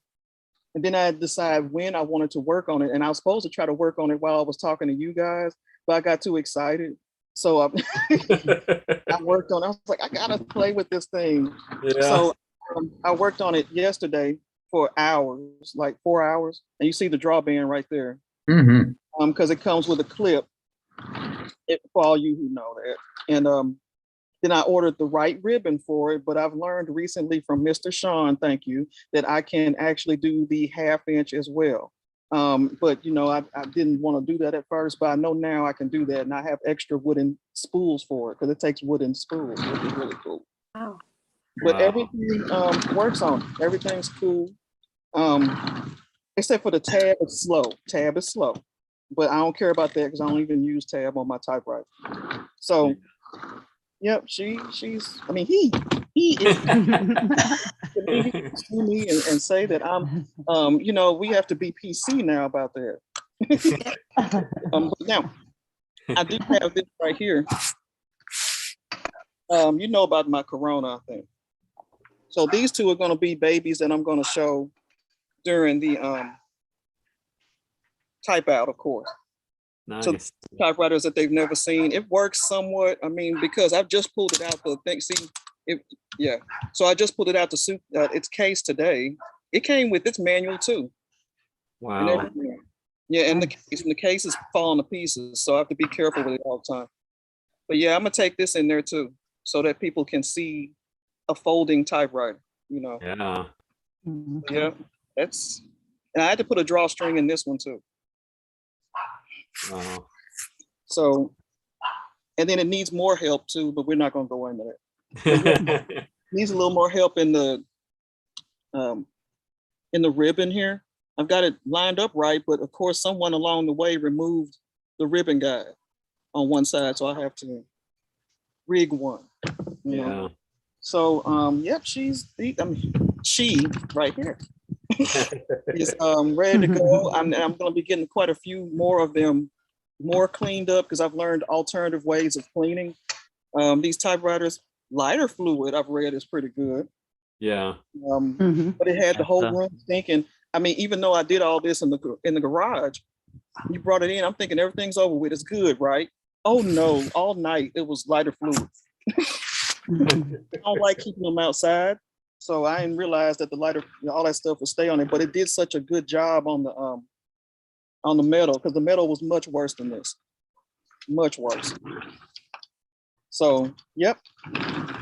Excellent. And she works great. I mean, he works great. Very good. That's what I have going on. I can't think of anything else, guys. Well, that's a lot. You have a lot going on. I look We're forward excited to the for you. Memphis type in. I'll be there. Oh, please do. 11 to 1. I have a cousin, a second cousin that I just found actually. She's a typewriter collector. Well, Wow. Let me back up. Ooh. Typewriter. She owns a typewriter from my great aunt Mary. That she had a electric royal,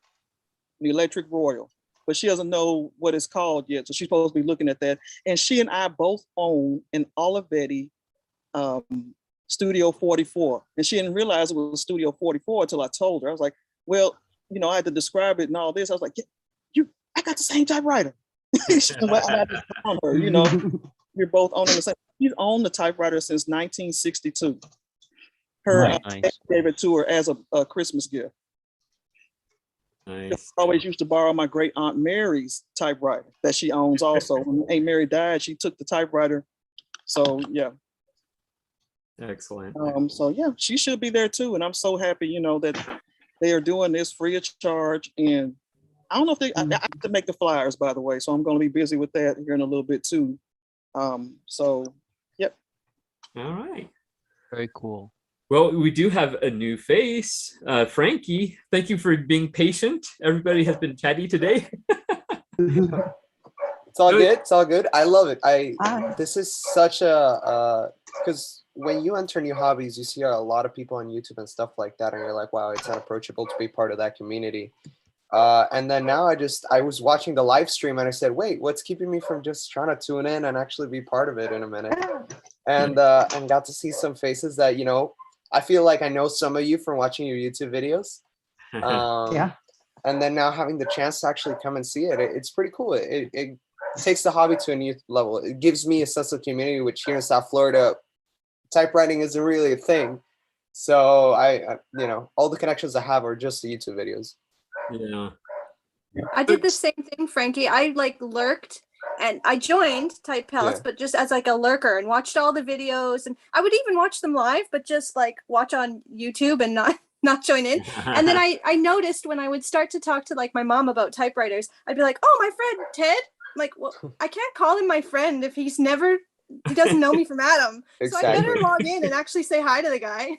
Yeah, no, for sure. So that's for why sure. I joined, because I started thinking, I think of you as friends. And I'd be like, Aw. oh yeah, my friend Natasha, my friend Gregory, and they don't know me. So now they do. Now we're friends. No, yeah, no, and it just makes a hobby so much more enjoyable. Like, for example, I'm super niche in the sense that for my personal use, I use an electric machine constantly because I'm typing out work, and I work in the service industry, so I gotta get stuff done fast. But I collect pre-World War II Remingtons, right? So those machines never get touched. I never service them. However, they arrive from the shipper, they get maybe a little bit of polish, and then they go up to the display case. So it's super cool and encouraging to hear a lot of you guys doing your own repairs and stuff like that, when in reality, I would never even dream of trying to open any of my writers. Actually, I like the fact that they've never been opened or anything like that. When I see a machine that has like a little service tag or something from I just got a Remington 3B that has a little service. Actually, let me pull it up. Give me 1 second. Yeah. Oh, he's gone. I want to say to May, I loved your song. Oh, thank you. You all loved it. Typewriter. Yeah, that was amazing. That's a hit. Thank you. Sorry, you I can't see enjoyed my background. Actually, let me try to remove that picture so you guys can see. We always like seeing 3Bs, Frankie. Those are awesome looking typewriters. No, man, and it was so hard. I feel like for the last year, I've been losing eBay auctions and eBay auctions and eBay auctions trying to get them. Yeah. Prices have jumped. Well, that's Yeah, why I know, and everything. I my first have couple of Remingtons Yeah. were $25, and now the last 3 have been like $500 and something dollars. Ooh, my lord. Yeah. Oh, So nice. luckily, this one wasn't that expensive. Actually, I found a really nice guy on Etsy that had it unserviced, yeah. but it Mhm. looks practically brand new. And actually, Wow. you probably can't see it, but right here next to the Remington tab, there's the somebody screen printed New Jersey 1935 service, which is really, really cool. I think that like nobody has ever gone through this machine. Surprisingly, it still works amazing. I just needed a new ribbon. And like that, in my background, you can see a couple of old Remingtons and stuff like that. As long as they're not touched or anything like that, I just want to preserve them like that. Like I collect a lot of Remington memorabilia from that time. And just try to sleeve it just because a lot of stuff is reaching 100 years old. Like this is the original advertisement that came with Remington #1 portable from 1921. Wow. That's And cool. like this is something that people don't think about when collecting typewriters, but this was a big part. Like the marketing itself and all that stuff, it's a big part of history. And when you want to see like just going back to it and the machine itself, I think it's super important to keep this stuff. Like the most sold typewriter ever was the Remington Noiseless, right? Or at least the most popular one. Well, this is the reason why, the payment plans, the advertising to new typists, the fact that it came with a free typing manual. Yeah. So that's just it. Mainly a collector. Actually, let me head over there. You can see a couple machines over there, and then I have a couple in storage just because I'm running out of real estate at the moment. And So what do you do with your teacups now that you have your typewriters in that beautiful? So actually, I wanted, IKEA sells these things called D-tops. They're like glass cabinets. Do not use them for typewriters. They're not meant to handle the weight. Luckily, I had just put one of them in there, but like one of the shelves broke on it. And then I remembered everybody has a grandmother with like 40 dishes in there and 40 teacups. And I was like, that'll totally hold the weight of like 20 typewriters. And Diamond does it on Facebook. This one actually was delivered to my house for a very, very inexpensive price. And it has lighting and everything on it. Oh, So wow. and it fits it, It's appropriate, yeah. For sure. So you mentioned that typing isn't a thing in South Florida, but obviously that's not the case. Oh yeah, you solved that. Yeah, for sure. I wish that the community was a little bit different down here. Like a lot of times you see typewriters, and it's mostly what I do, people collecting and stuff like that. But the entry point is just not accessible to most people. Like a couple years back, I bought my first one for $40 when I was in college. And now you go to the average antique store here, and it's because they're marketing to somebody else. But the average typewriter is going above It'll $100. float and wave. It'll go back. It's any antique. Hopefully. If you want to collect teacups, you know, it's same thing. Wave. The market or the popularity dictates the price, not the age, not even the for sure. You can have a really old antique that's really not worth anything, and then something from the 80s, it's worth $1 million if Elvis signed it or whatever. It just, Yeah, no, but Yeah, for sure. It's just that young people, like a lot of people that got inspired through California Typewriter or seeing YouTube videos, like even Just My Typewriter. She's about my age. I'm 21. She's around that frame, and a common phrase that she says a lot. That's beautiful. I actually have that guy. I'll find it and I'll show it later. looks like a Norman Rockwell. Yeah. Oh, wow. See what I mean? Even art. Yeah. Okay. Elvis couldn't sign in the 80s. I know that. Please That's don't write wonderful, comments. Oh yeah, for sure. But she says that she gets typewriters all the time for like around $25 and stuff like that, and that's really cool for young broke college students that could definitely get into this hobby and do it. It's also the town. Like if I were just even slightly out of town, I could go to an antique shop and go to the Salvation Army thrift store. But Toronto, forget it. Even in those shops, it's going to be $200 minimum. Yeah. And what do you find yourself typing the most on the typewriters? So I saw a really good habit to do is to have a to-do list. I'm a culinary professional in a kitchen, so I have a million different things I need to get done before the day's over. Otherwise, my manager's gonna get at me. Yeah. So every morning when I wake up, I go and I type out everything that I need to do. And like these, I have constant reminders everywhere.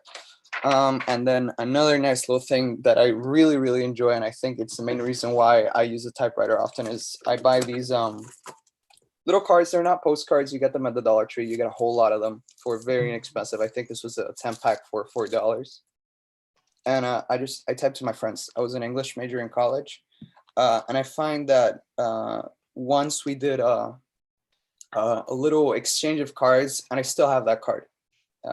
I don't speak to that person at all. I don't have any connection with them, but it was meaningful. When I met my current girlfriend, one of the first things I did, it was a little bit bold because we didn't know each other that well. I wrote her a little letter, and close to 3 years now, she still has it, and she thinks it's the greatest thing that we got. So just taking a little bit of time. You can put your heart out into it, but in reality, as long as you get your emotions through, and it doesn't have to be very significant. It doesn't have to be a paragraph. I follow KISS mentality, keep it simple, stupid. Yeah. And people really enjoy it and treasure it. Yeah, yeah. Or keep it simple, sweetheart. Keep it simple, sweetie. There you go. Are you signed up on typepals.com? Not yet, but I just found out about it through seeing this little meeting, so I'll definitely be part of that. And it is free, so please do. Thank you. Yeah, very cool. Frankie? Speaking of which, I see we now have 105 members. Wow. I just approved another one actually this very moment. Frankie's little the fact he pulled out the little ads reminded me of one that I had recently. Well, okay, in the last few months, I don't always remember to bring these things out, but I have kind of a small collection of these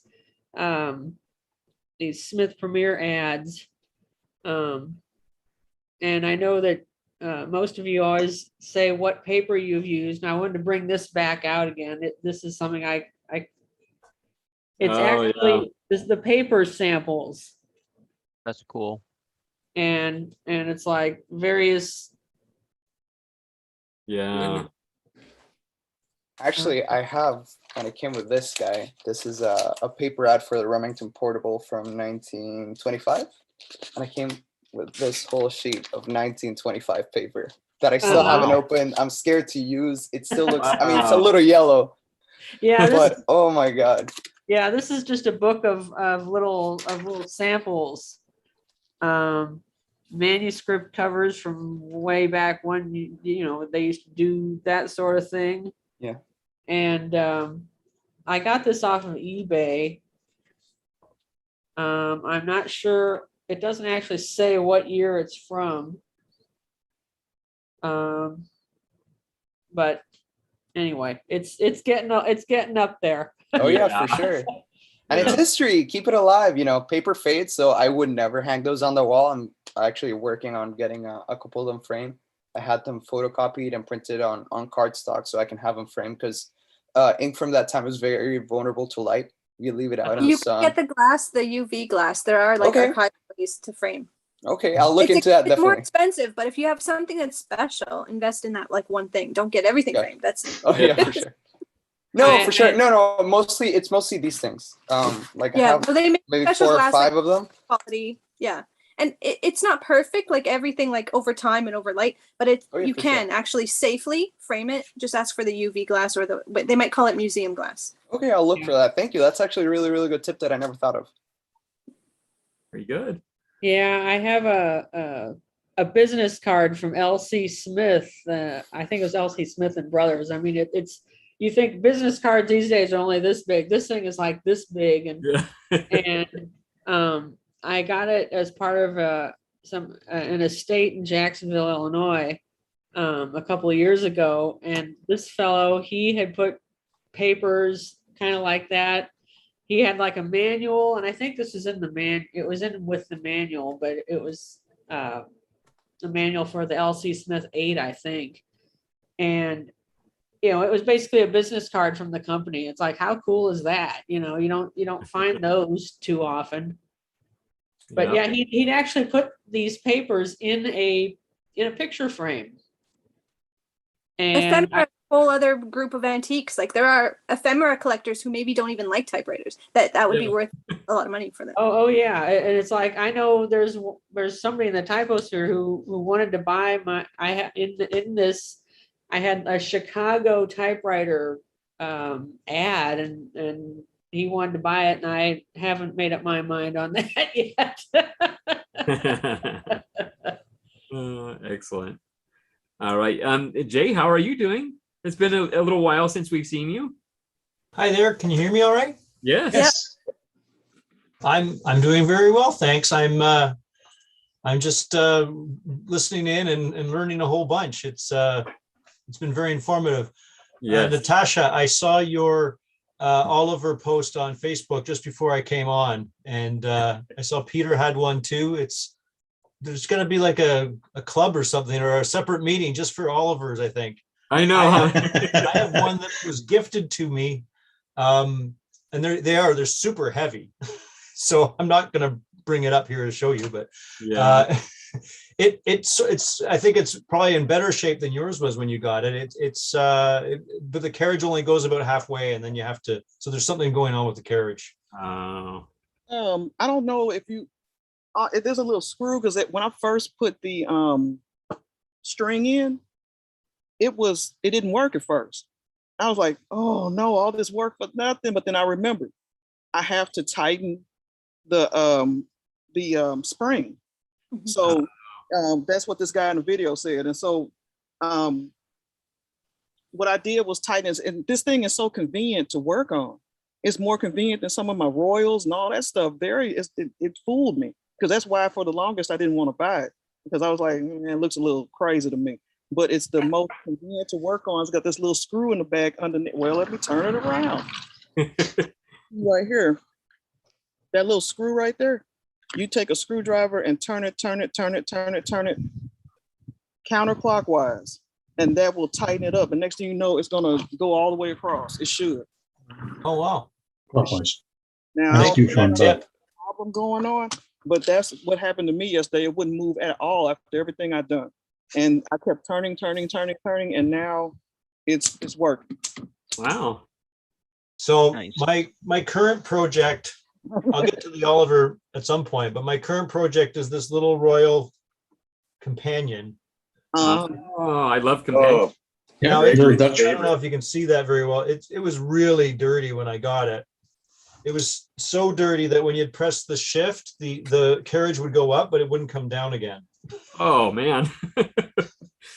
So I've used some alcohol and stuff to try to loosen it up and clean it out. I really like that suggestion about lighter fluid. I think that's the next thing I'm going to try, because there's some stuff. The bell worked for a few minutes and then it stopped working. So I think it's just some of those little tiny joints are seizing up or getting gummed up, or I've moved some of the dirt around, but now it's fallen back into the into the hole or something. Is that one of the little Dutch made typewriters? Yeah. Yeah. Cool. Oh, and I I've- also use the vapor I've roast. never used one, so I'm looking forward to actually typing on it and seeing how it feels. Now that it's kind of working, it feels like it's got a neat little feel to it. I have the Royal Eldorado, which is also made in Holland. Now, Jay, seeing as you are in Calgary, in Canada, let's assume that you're using YYZ as Toronto Pearson International. Sorry, that was a holdover from I watched the YouTube video from last week and I saw Aviation rocks. I love aviation. Yes. If you go to your local home hardware store, get a liter of Varsol. It's a brand name industrial solvent. Oh, I have Varsol actually. I use it to clean like paintbrushes and stuff. Yes, quite often it's referred to as a starter solvent. It's not too fast drying, whereas lighter fluid dries very quickly. And sometimes lighter fluid can dry so fast it doesn't have time to actually wash the muck out of the system. Yeah. But it does smell for several hours afterwards. Yeah, I learned the hard way. That's why I only ever do typewriter cleaning outside when it's above plus 15 Celsius. So then I can set the mechanism out on the south workbench to dry in the sunshine for a couple of hours while I'm cleaning up the bodywork with the scrubbing bubbles, etc., in the house before the mechanism comes back in again. Excellent. Yep. Very wise. Yeah. And anything else new with you, Jay? Or no, I'm just trying to get a couple of these things going. For those that don't know me or that I haven't talked to before, I have a blog called Typewriters and Beer. So I was very inspired by Joe's comments about going to brunch or lunch or whatever it was.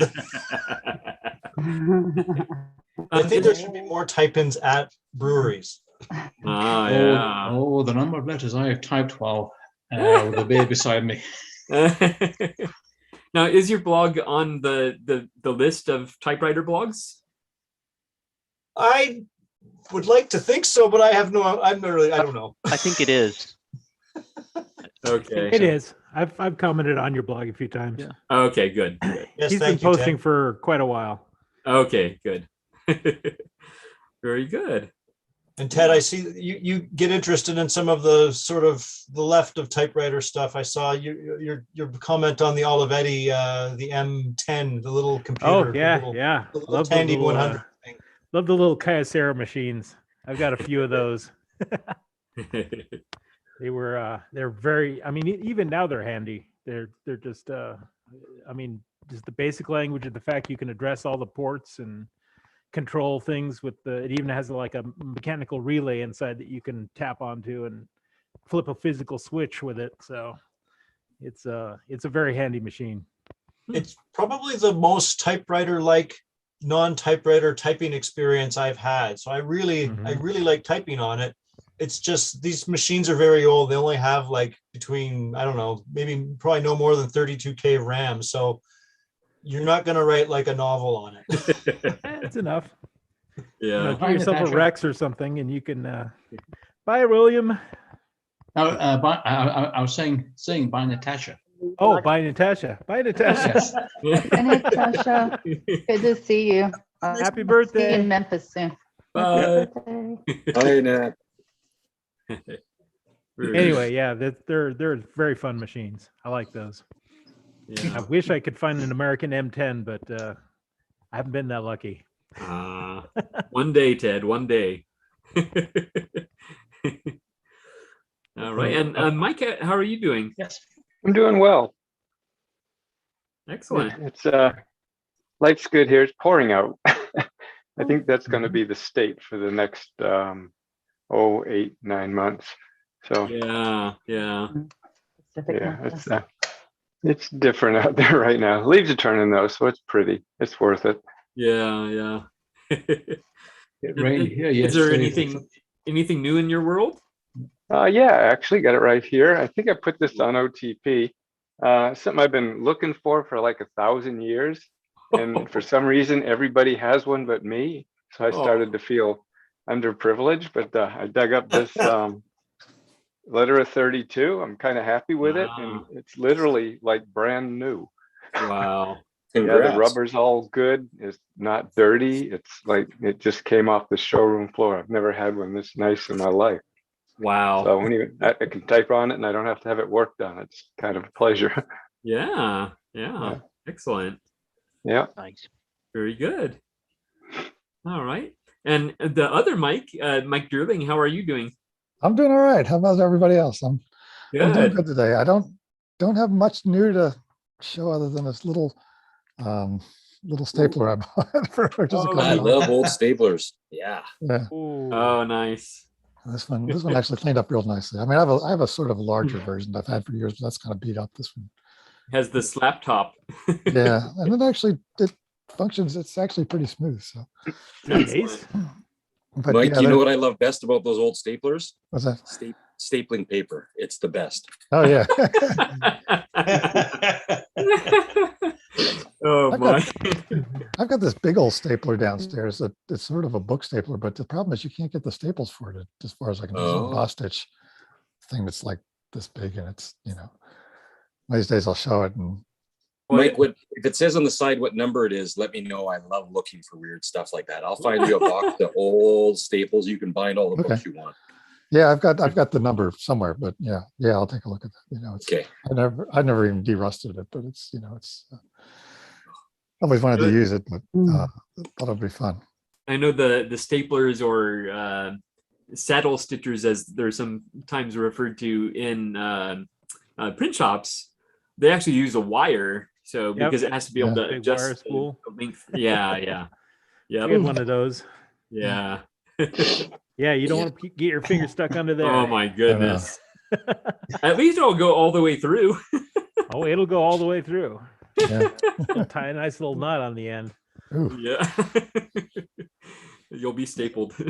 Like the old Saturday Night Live sketch. Ooh, I hate it when that happens. Yeah, those things got like a 40-pound flywheel on them to drive the stapler. So yeah. The same antique mall had a Corona 3 that I didn't buy, but because it was pricey, but it with its wooden case and everything. I've seen a lot of stuff that I haven't pulled the trigger on because it's a little pricey for me, but there's stuff around. Yeah. Excellent. And I like stuff that I can just use, so it's nice. Oh yeah. All right. And May, how are you doing? Hi.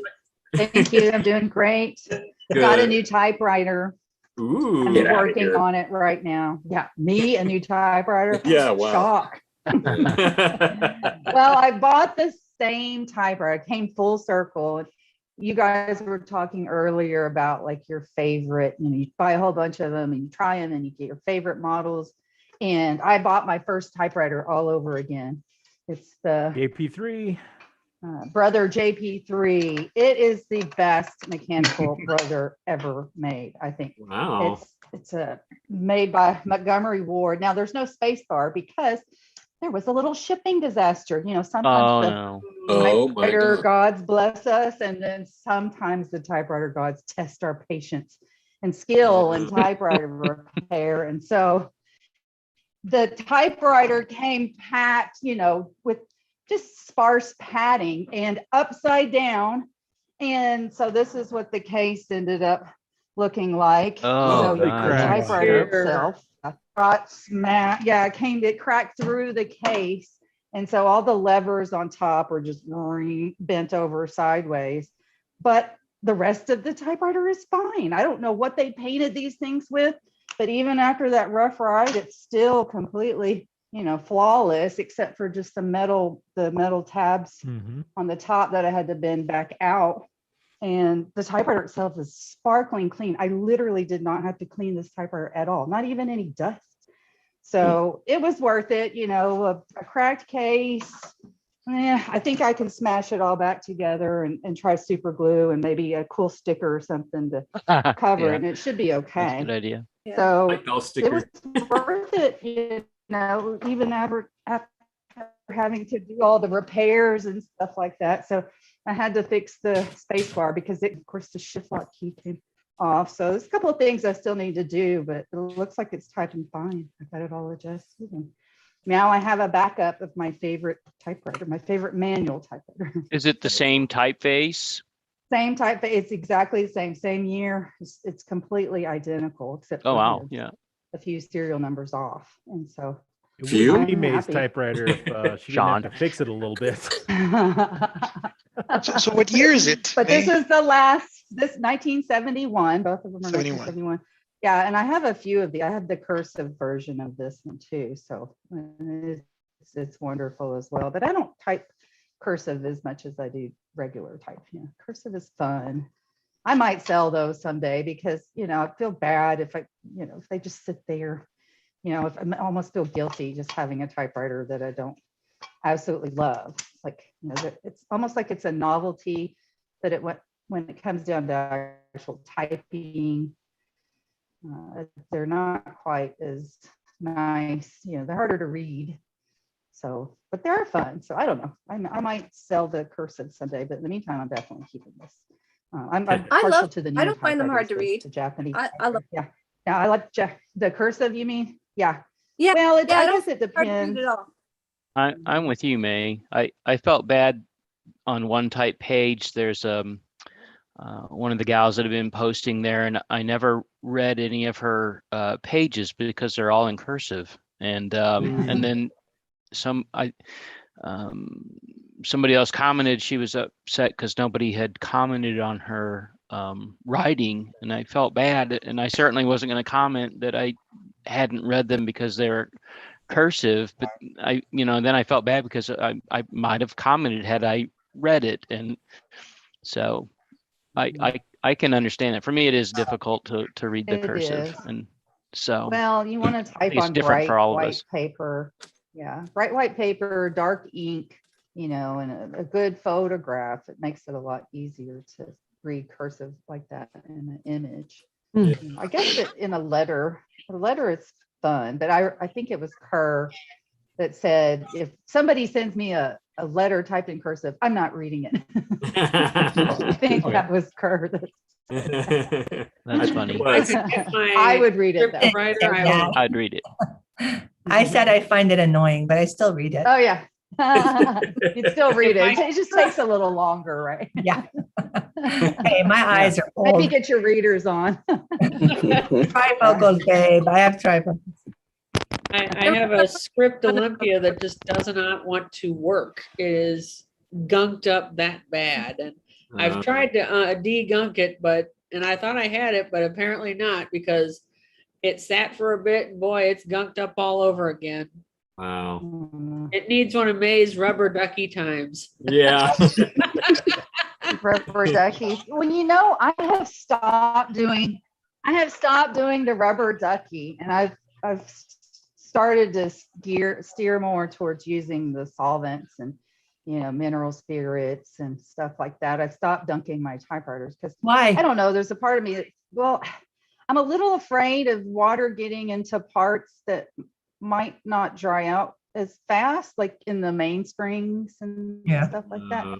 I do spray, like after I rubber ducky, I do, flush the mainspring squirt a bunch of mineral spirits through there in hopes to dry it out. But I've found that, just taking a little extra time, like brushing away all the physical stuff first, and then, just a good wipe down with mineral spirits. And sometimes I use WD-40 to break up the gunk and then flush it with mineral spirits. I feel like that's enough. And so I haven't washed a typewriter in a long time in the sink. I've been just doing chemical cleanings more often. I just feel safer that way. So, I mean, there's someone on Instagram so I who don't has want these things. an attic typeface, and they commented and said, well, it's only good for headlines. I'm like, you can send me a whole letter in attic. I will treasure it. I'll probably frame it and hang it on my wall. Like, give me your hard to read typefaces. I love them. They're not hard for me. They're pretty. Give me the pretty typefaces. I will take. Which typeface is it? The one that was on Instagram, like he said, it was only good for headlines. It's called Attic. attic, like the EIC? attic above your house? It's on one of the Hammonds, I think. You know how they have multiple typefaces on one. I don't know what they like golf ball things. Shuttles. Yeah, I don't know the technical names. But yeah, he said, this is pretty, but it's only good for headlines. I'm like, no, send me a whole letter. You got a 12-page letter coming? I'll be happy to read it. If you like hard to read typefaces, you're gonna love your postcard. So frame it and put it on the wall. I love it. Excellent. Was it Mothra? Yeah. Hey, did you say that was branded with Montgomery Ward name on it? Oh yes, and it came with a nice manual and Ooh. Oh, two keys. I don't know Nice. the JP3. I've never seen a JP3 that isn't branded by Montgomery Ward. So maybe Ted would know better if the JP3 was ever sold on its own as Yes, a brother it was sold typewriter? as a brother, quite a lot actually. It's also sold in other countries. Oh, okay. Under different branding, but I think in America, Montgomery Ward is by far the most common brand. Well, I like just in love Canada, the, it would be Sears Okay. Yeah. or Eaton. Yeah, I just love the covert sort of rebranding of typewriters like that. Like right in front of me right now, I actually have an Eaton. This is just I think this is probably a Silver Psycho version. Yep, it is. The Eaton 400. I have another Eaton typewriter from, I'm guessing the 60s, that was a Smith Corona. You know, I just love the fact that these things were essentially And it exactly the same overlaps too. machine, just going, Like you know, it's the history of that masquerading. department store, and I love it. Yeah. Did we have Montgomery Ward in Canada? I don't think I've ever seen one. No. Not in Canada. I don't know. If you buy them from eBay, you'll get them now, but we didn't have Montgomery Wards as a department store. No, it wasn't a department store in Canada. No. The Bay and the Eatons, they were the heavy hitters, and they wouldn't allow anybody else to get Sears. it. Except the small, yeah, well, Sears, yeah. Sears Not came as high later. class as the Bay and Eatons. You had no Monkey Ward. Yeah, Monkey Ward. That's what we always called it when I was a kid. Yeah. Kmart, yeah. That remains one of my it's funny that I don't have all that many machines compared to like the serious collectors, but one of the few machines that I still really want to get my hands on, and I think about it every time that I look at Ted's blog when he's used it, is the Signature 440T. I just think that's such a cool looking little machine. So that I don't have any brothers at all, and so that remains on my list. Yep, that's a really good one. That's a JP1, right? Yep. Yes. Yeah. You'll also see JP1s marketed under Western Auto, but you'll never see Western Auto branded on them. You'll see a little logo that just has a WA really stylized in the center. But that was like an auto parts store in America throughout the 60s and 70s and 80s, really. And Well, and so if- you'll see a lot of those. Bill probably likes this Signature 440 because every guy wants to be able to tell somebody, what do you got under the hood? I got a 440. Yeah. You know, it's a big deal. That's a big deal. Well, there is that. Yeah. It's got a hot rod name. Yeah. 6 barrel. Yeah. Wait, Talking got about an the Eden Viking there. Yep. There we go. Oh, Oh, deluxe. No, that's the best. That's the best one. It's the Nice. Well, most featured. Most features. It's a nice looking machine. Yeah. Hey, I've got a general question. Why do people name them or call him or her, or what's up with that? Am I missing the boat on something? Weird. Nope. Just Personality? Personal preference. Like, do I need to give them names? It's not a puppy. No. they personify them. There's no rules. There's no rule. Okay, good. I know Sarah from Just My Typewriter. She names all of hers, and I think she has some rhyme or reason to the names. I'm not exactly sure what that is. I'm still hoping to have her on here one day so we can ask her. But as far as me, I just refer to them as boys. So They're all masculine to you. yeah. Well, I mean, I get that ships, they're all female and they're all named, but I don't know. I haven't jumped on that bandwagon yet. Maybe I'm too newbie. No, I've been doing it for a long time, Kimberly. I don't do that. I only have 2 typewriters with names, and they're not names like everybody else gives them. I got the Flamingo Pink Royal Quiet Deluxe, but I found it in a trailer in a bathtub with 6 inches of water, and it was all rusted out. And because I have a regular pink Flamingo Pink one, this one, the only way I could differentiate it was calling it Rusty Pink. Because once I cleaned it up, there was no rust left, but I had to keep them both sorted out. And the other one is an Empire Aristocrat that had so much mold in it, it stank for years, and nothing I could do would get the stink out of it. But it was fun to type on, so I just called it Stinky. Those are the only 2 typewriters that have names. Everything else is just the typewriter it is. Because I can never remember all the names. Like, how do you do that? Yeah. It's like, when parents forget the names of their kids, they go through the list of the kids, but how do you do that with 50 typewriters, Yeah, that's, it's exactly what Frank just said. You can't remember everybody's names. Yeah. It's hard enough to remember all the model names, especially when you get into brothers and things. Yeah. Yep, that's hard enough. Some of mine have names, but generally it's a thing that if a name comes to me and it just like, oh, this is its name, then I'll name it. Otherwise, I have machines that I just love and have kept forever that don't have names, that they just haven't expressed their personality yet in that way. Otherwise, I will give them names if they express a personality that makes sense to me. Then they'll get a name. And what's your favorite name for one of your typewriters? Oh, let's see. Well, Mothra, of course. Oh yes. He's a big gray monster. Let's see. That's a good one. Mm-hmm. Blue Bomber. Blue Bomber. There's the Blue Bomber, which is straight up blue. Gandalf the Gray, which is the same machine except gray. Oh. I've had the Red Rider. I've had Green Hornet. But those were all, basically because of the color that I gave them. Yeah. And then they got a name because of that. Okay.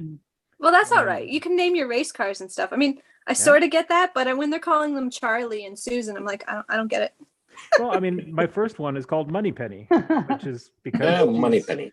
It's a 48 QDL, and I just associate that with the Bond series, and I was like, this is my That makes sense. Nice little reliable, kind of homely, but nice and pretty machine. And yeah. Had a straight up gray lady, and it just reminded me of Moneypenny. Yeah.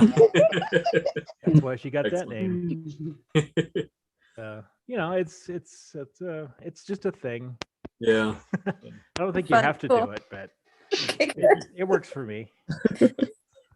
And Kara, how are you doing? Hey, I'm doing good. Excellent. Sorry, late today. Anything? Yeah, go ahead. Well, the other day, I was dropping some stuff off at St. Vincent de Paul, which is like Goodwill or Salvation Army, and they asked me if I wanted a receipt or a coupon, and I was like, a coupon. So they gave me a 20% off coupon, and I had this voice in my head. My guides were like, why don't you go inside? There might be a typewriter there. And I was like, I never find typewriters at thrift stores. And I also hadn't been inside one since like March of 2020. So I was like, So I went inside and I was all like kind of bug-eyed because I was like, oh, this is what these are like. I remember, look at all these people.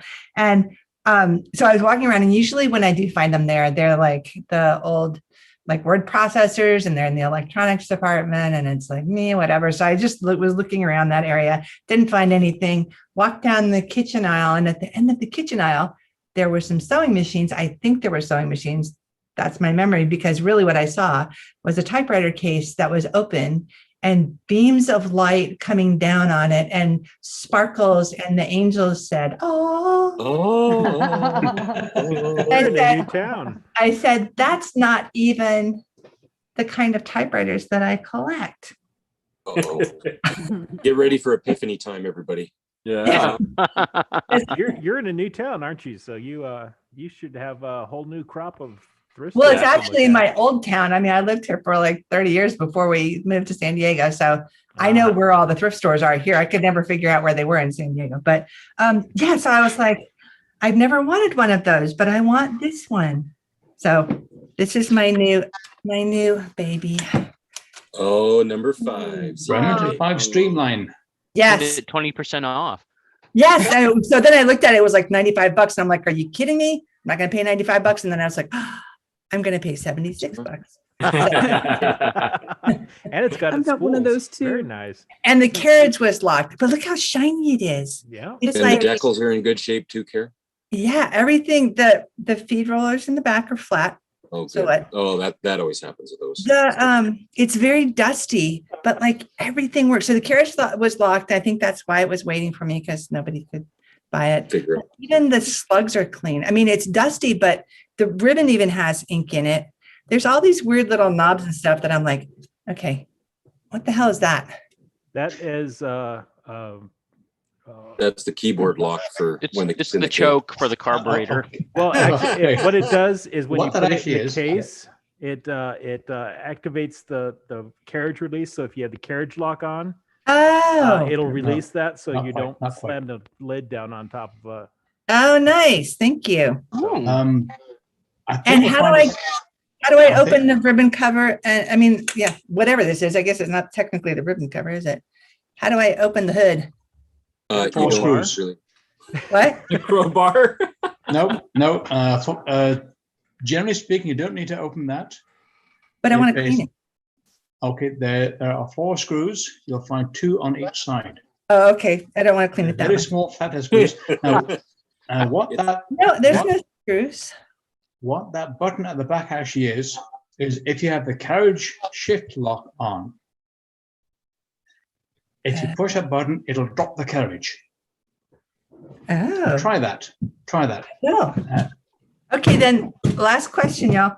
Where's the okay, I just gotta share with you. This is how pleasant. Oh. I just stuck that in there. Yeah, so it needs some work. But where's the serial number? Look Its in the serial number number. is, if you look dead on against It's the not keys. dropping the carriage, William. Okay.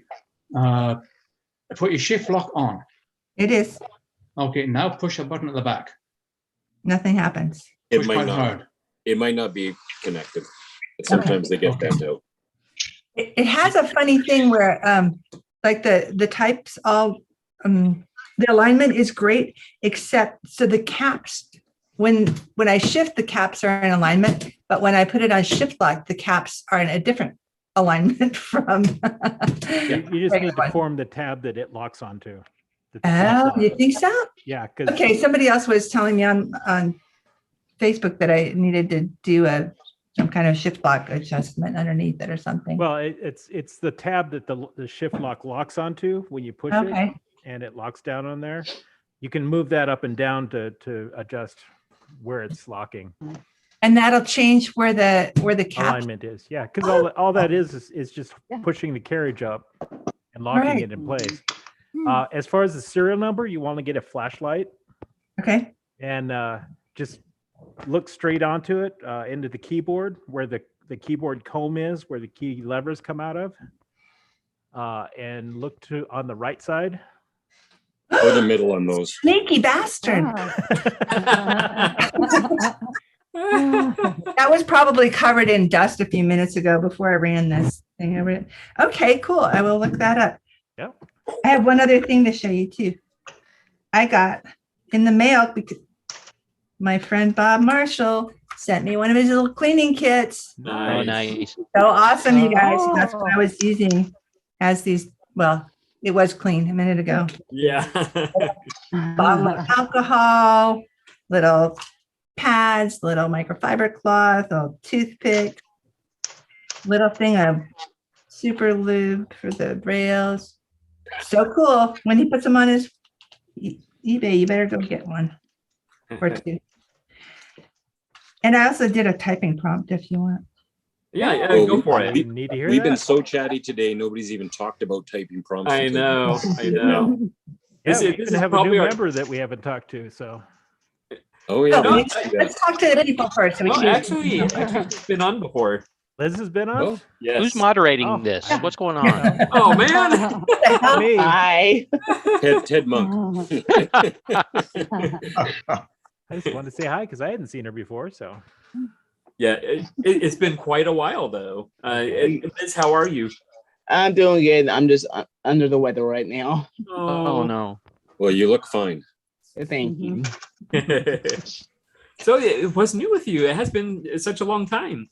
Yes, it has. Last time I was here was around Easter. Yeah. So I think this is my second time now. Yeah.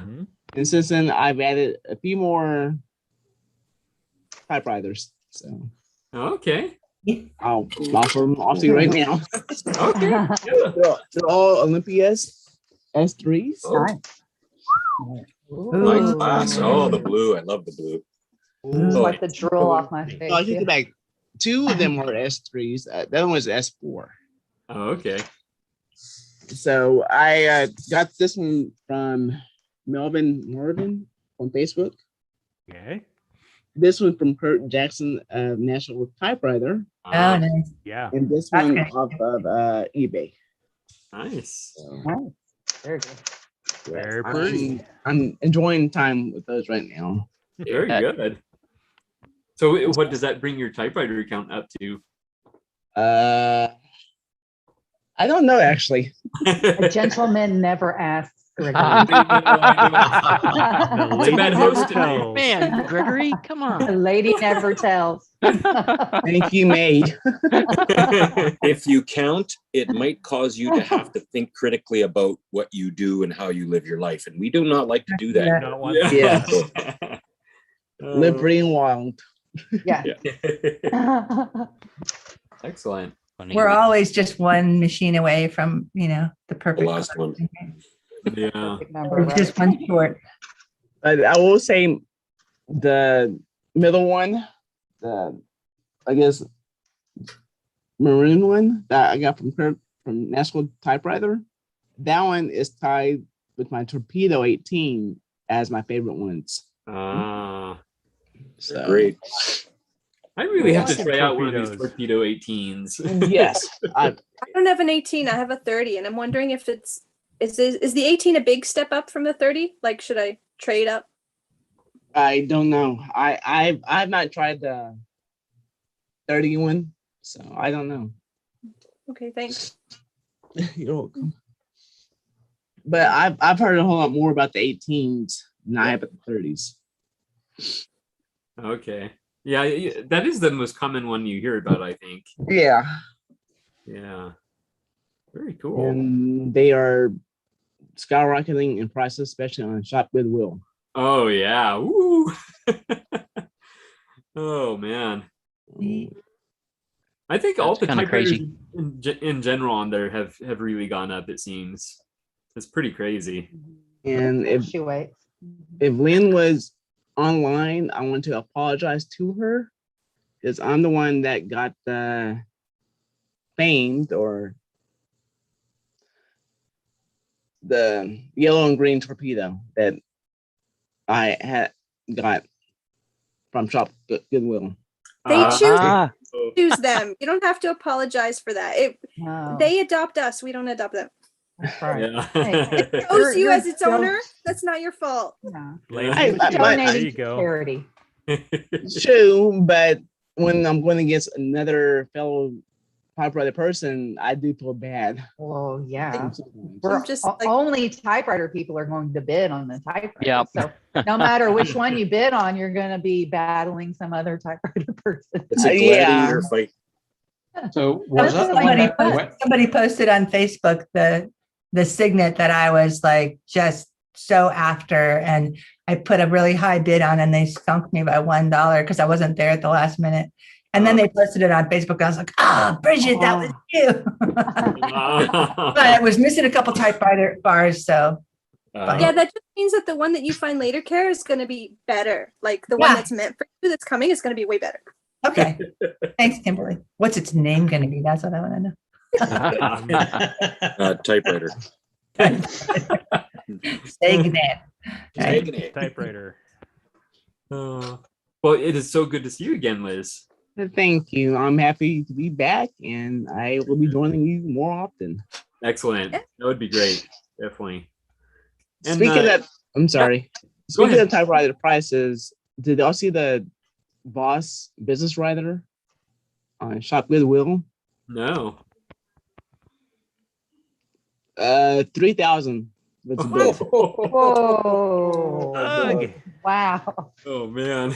Yeah, some of them do. The people do go crazy. It'd be interesting to see if that's relisted or not. Yeah, there was a white Royal Quiet Deluxe I saw recently. saw that one for too. 1,200. You know, I thought about it and I was like, there's no way I'm gonna be able to. My cap is 500.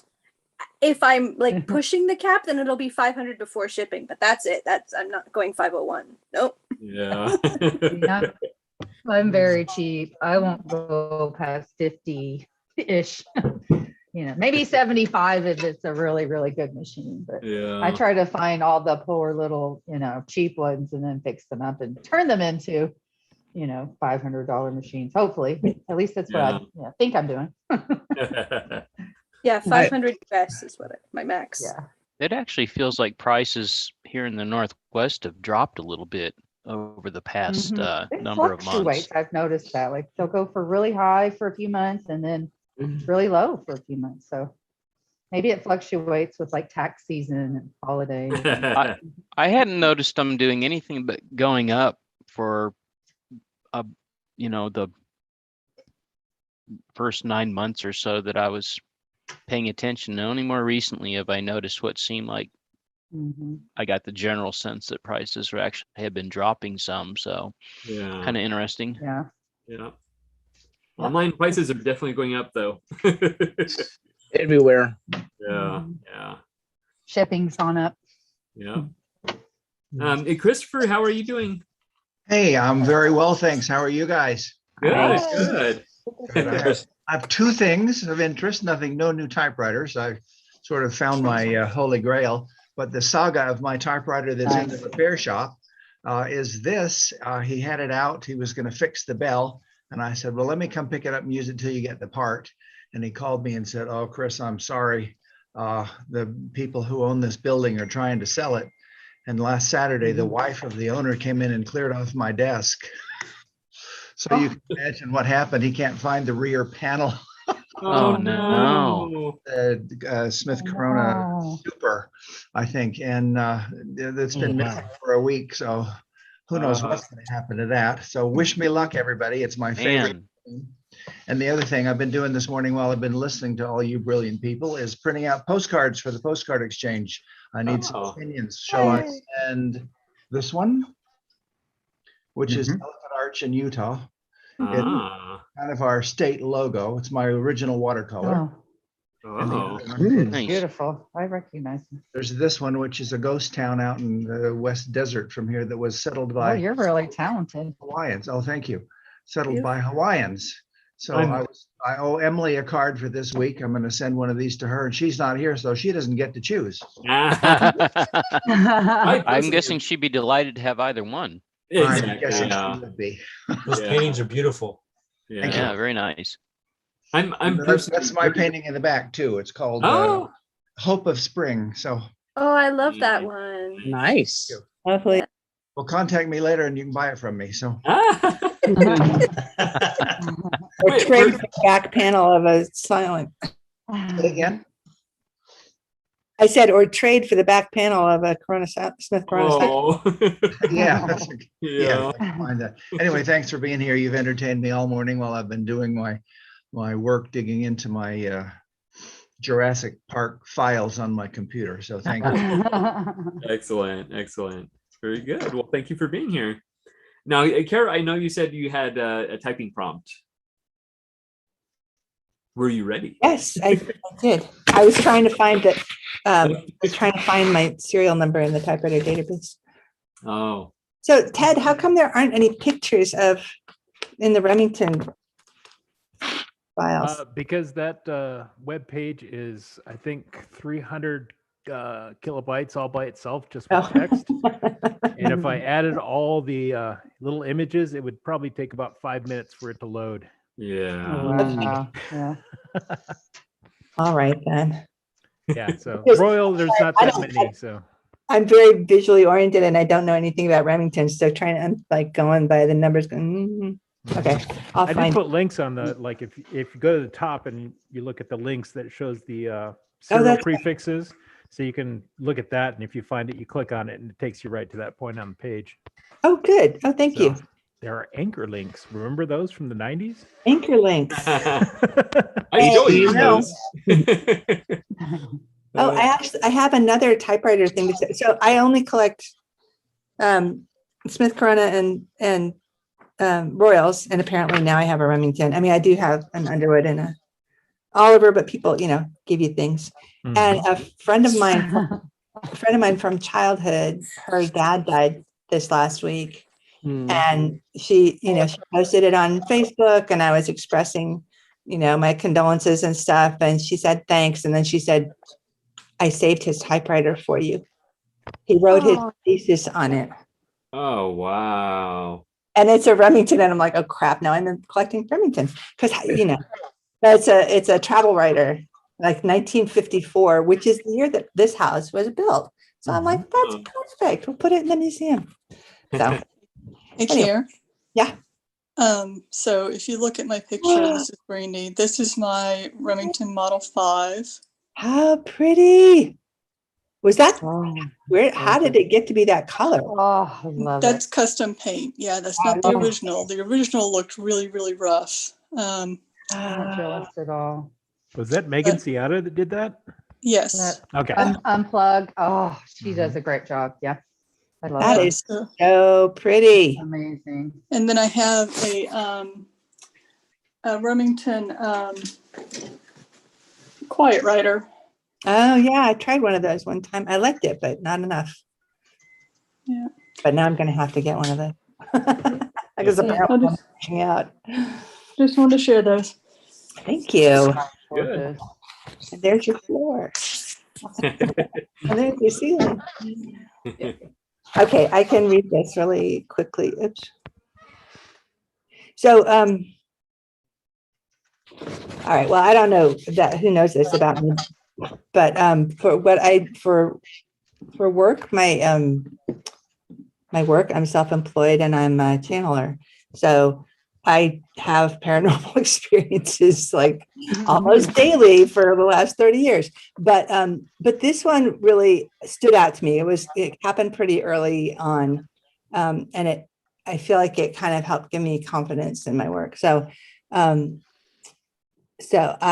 have so many paranormal experiences because of my work, so it's hard to choose. But one of my favorites, which helped convince me that my work was real, happened fairly early in my career, so maybe 30 years ago. A friend of a friend wanted to talk to her dad, who had just passed over, or had passed over a while ago. I really wanted to help her contact him, but all I got was an image of a shop door with a sign on it that said, "Gone fishing." And I kept thinking, please, she wants to talk to her dad. But I got this gone fishing. And so as much as I wanted to be able to reach her father, I had to go with what I was being shown. So I described what I saw, and the client started laughing and said, "That's my pop," which was a relief and also kind of hilarious. The funny thing about this was I got a really clear picture of what her father looked like. I described him to her, and she said it was him. He had short gray hair, glasses, and wore a short sleeve plaid cotton button-up shirt with one chest pocket. It seemed oddly specific to me, but I accepted it. The image was very clear. A couple of years later, I was at my friend's house for the weekend. The person I had done the reading for was living in the basement of my friend's house in a little apartment down there. She was out of town, so I was going to stay in the basement for my visit.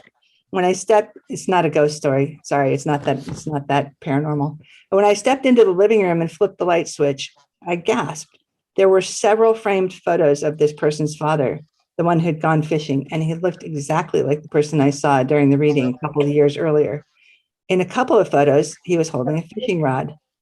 And in every single one, he was wearing a short-sleeved plaid cotton shirt in different colors with a single patch pocket on the chest. I had to sit down for a moment because although I knew my work was good and generally accurate and helpful, here was clear proof that what I see is true. Oddly enough, since then, I've had more experiences that showed me I get a clear image of people who have crossed over most of the time. But I have many clients I've only met on the phone, and I get a clear image of what they look like too. But every time I meet a phone client in person or see a photo of them, I've been wrong. 100% of the time. Wrong face, hair, shape of body, height, you name it. A mystery I have yet to solve.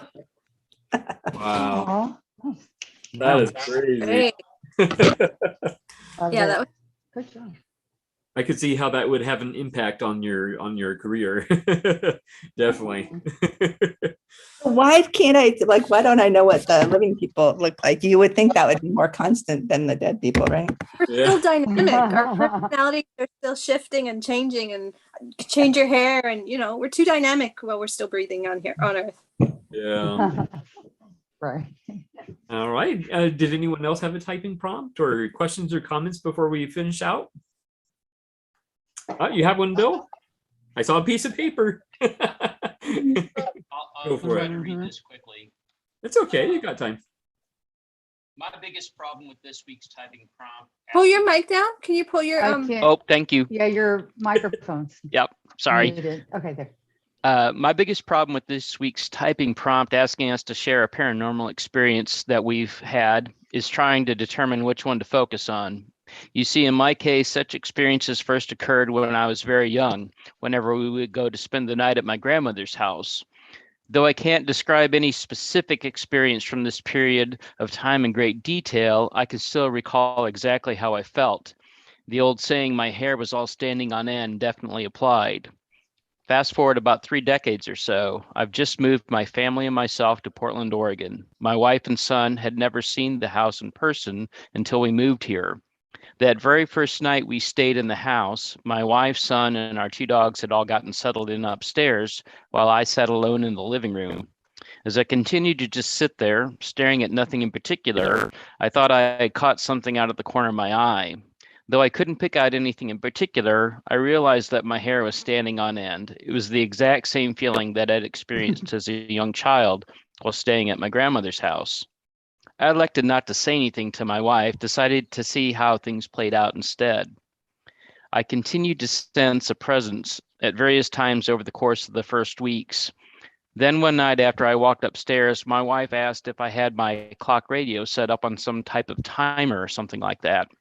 When I asked her why, what was she talking about, she replied, "It was the strangest thing, but as I was lying there, I thought I heard what sounded like someone eating food. It was sort of loud, as if they were eating something crunchy, and I thought was followed by what sounded like someone belching. I thought that maybe you were playing a trick on me, as it sounded as if it was coming from your radio, but when I looked over, your radio wasn't turned on." At that point, my wife observed me turning about as pale as a person can possibly get. "Oh my God," she blurted out, "you're freaking me out. What's going on?" At that point, I sat down on the bed and told her everything that I'd experienced, including my experiences as a child at my grandmother's house. We'll go on to have numerous other such experiences. The neighbors finally fessed up that they figured we had known about this before buying the house, but if that we did not know, they didn't want to be the ones to break it to us. One of the former owners of this house, who had sold it to the crew that flipped it to us, even drove down from Seattle area just to let us know that during the entire time they were here in the house, nothing bad had ever happened. I'd never brought any of this up with my mom whenever I talked with her, as I didn't want to upset her. But after enough time had passed and we were still all okay, I figured that it was probably okay to let her in on her secret.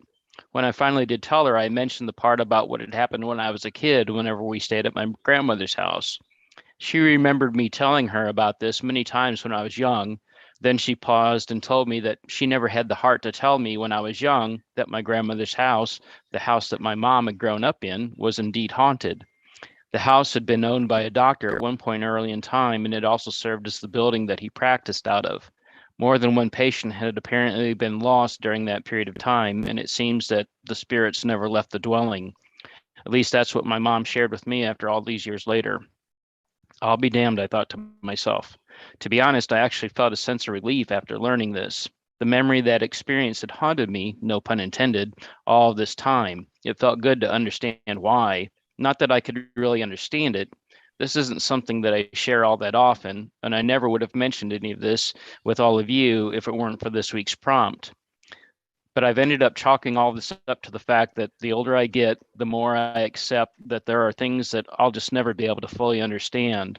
I can either choose to accept them or not, but it isn't going to change the experiences that I've had. Life is a mystery, and apparently in some cases, so is death. That's it. Excellent. Excellent. Very good. Sorry for the length on that one. No, that's great. Love them long. We got you to typing. that all got typed up in a very short period of time. It like just poured out. So excellent. That's great. Well, it's every now and then we get a glimpse into the sixth dimension. Yeah. Yep. And Kurt would understand this. The four dimensions that we as humans are used to are height, width, depth, and Chronos time. But then you'll hear many people talk about a time before time. That was Kairos time or God's time. Then there's the sixth dimension, which is the spiritual dimension, which we cannot measure or see. We just get an occasional glimpse into. Yeah. Just gave me goosebumps, William. Oh. I worked with a girl that was a ghost hunter and had published a couple of books. Wow. And after we left Austin and moved here, I had to contact her to let her know what was going on. And she was like all pummeling me with questions and stuff. And she was kind of reassuring that out of all of the interviews and stuff that she had done, most of the spirit encounters, people that she knew and had spoken with, expressed kind of like what was a sense of playfulness or something along those lines, which is kind of what our experience has been in this house. And then that all ended some time ago, and that's a whole nother story, but it's been interesting. Yeah. I want to hear that story too. Anyone else with a typing prompt or last minute questions or comments? One last minute little question. Yeah. Does anybody remember this ML paper from back in the 1980s? No. Mm-mm. You can't get it anymore. It's lovely light green paper. It comes with its own envelopes too. Oh, I remember the envelopes. Yeah. So I decided since I found a whole selection of different colored correction tabs, I can start using colored paper. Oh. There's a few more here, and there's a goldenrod, and canary. All of those colors are still used in elementary school, like regular copy paper. Yeah, all those colors. A highlighter. So yeah, kind of neat. And these are from an old Ethan Allen. I think this was correct type. Mm-hmm. And then I managed to score a few packets of the blue Tipex. Oh wow, nice. And one thing I have learned about these is the paper they're made of is pretty flimsy. So if you lay down a piece of packing tape with sticky side up, lay these on them, press them down, then cut the tape around them, it gives them much more body. I don't know if you can see, but the backside is now shiny with these with the packing tape, where the front side is the flat color. You're still able to use it with the packing tape on it? Oh, that'd work better. Oh, cool. Ah. Because the original correction strips were actually Mylar, and the paper ones were the cheap ones. So if you put the packing tape on the backside, it gives you the same reinforcement as a Mylar. ish. Make sure you do it on the right side. Yes, I did it wrong once. All the white just peeled right off it. That's funny. Does anybody remember the old aerograms? Yes. I would write really tiny with a rapidograph. I'm sure nobody could read them. Oh, wow. I have Fill up as much space as maybe a possible. dozen of them. You know, the postage was 11 cents. There was a ½ ounce postage rate back in those days. And I'm waiting for somebody who like really wants one, and I'll type them a letter on it and add the additional postage and send it. Just to collect. I've been eyeballing them online, but I've never had one like in my hands. Well, they have new ones that come on pads, but it's heavyweight paper, and there's no ½ ounce. You know, it costs you the same to send, but these are lightweight. When I was just out of high school, I was accepted as a professional musician. My first concert was in Carnegie Hall on the way to Athens, Greece, to play the Athens Festival, and my mother typed me a note there to Athens, which didn't reach me. And when I was still in the hotel, we were there for 2 weeks, and it came back to her. I had moved to Salt Lake to go to school. And so it came back to her. She wrote my new address on it and sent it back, and it arrived to me so it had been to Europe and back and all the way back to wow. for 11 cents. Wow. I figured it out, and that's about $1.10 these days. So yeah, that wasn't such a big savings after all. When I was young, the postage in England was weighed by the ½ ounce. So an aerogram weighed 1/4 of an ounce. And you paid accordingly. So you had quarter, half, 3/4, 1 ounce, then in whole ounce increments after that. Wow. Yeah. Oh, and by the way, the government is keeping its promises. I sent a birthday card on a Friday from Salt Lake City to Maryland, and it took 6 days to get there. So they promised that the mail would be slower, and it's nice to hear them keeping their promises. Yeah. Promises. It looks like May is going to close us out with a song, maybe. Hey. I think she's practicing right now. She has herself muted. Yes, I'm tuning, and I wrote it's a theme song, guys. Oh my right. Yay. It's brand new, so it's a little bit, I'm still working on it, but I'm trying to come up with a theme song. Excellent. Okay, ready? Typewriter Club Live, click clack, Typewriter Club Live, ding zap. Let's all zoom in and talk about the greatest machine of all time. Typewriter Club Live, click clack, Typewriter Club Live, ding zap.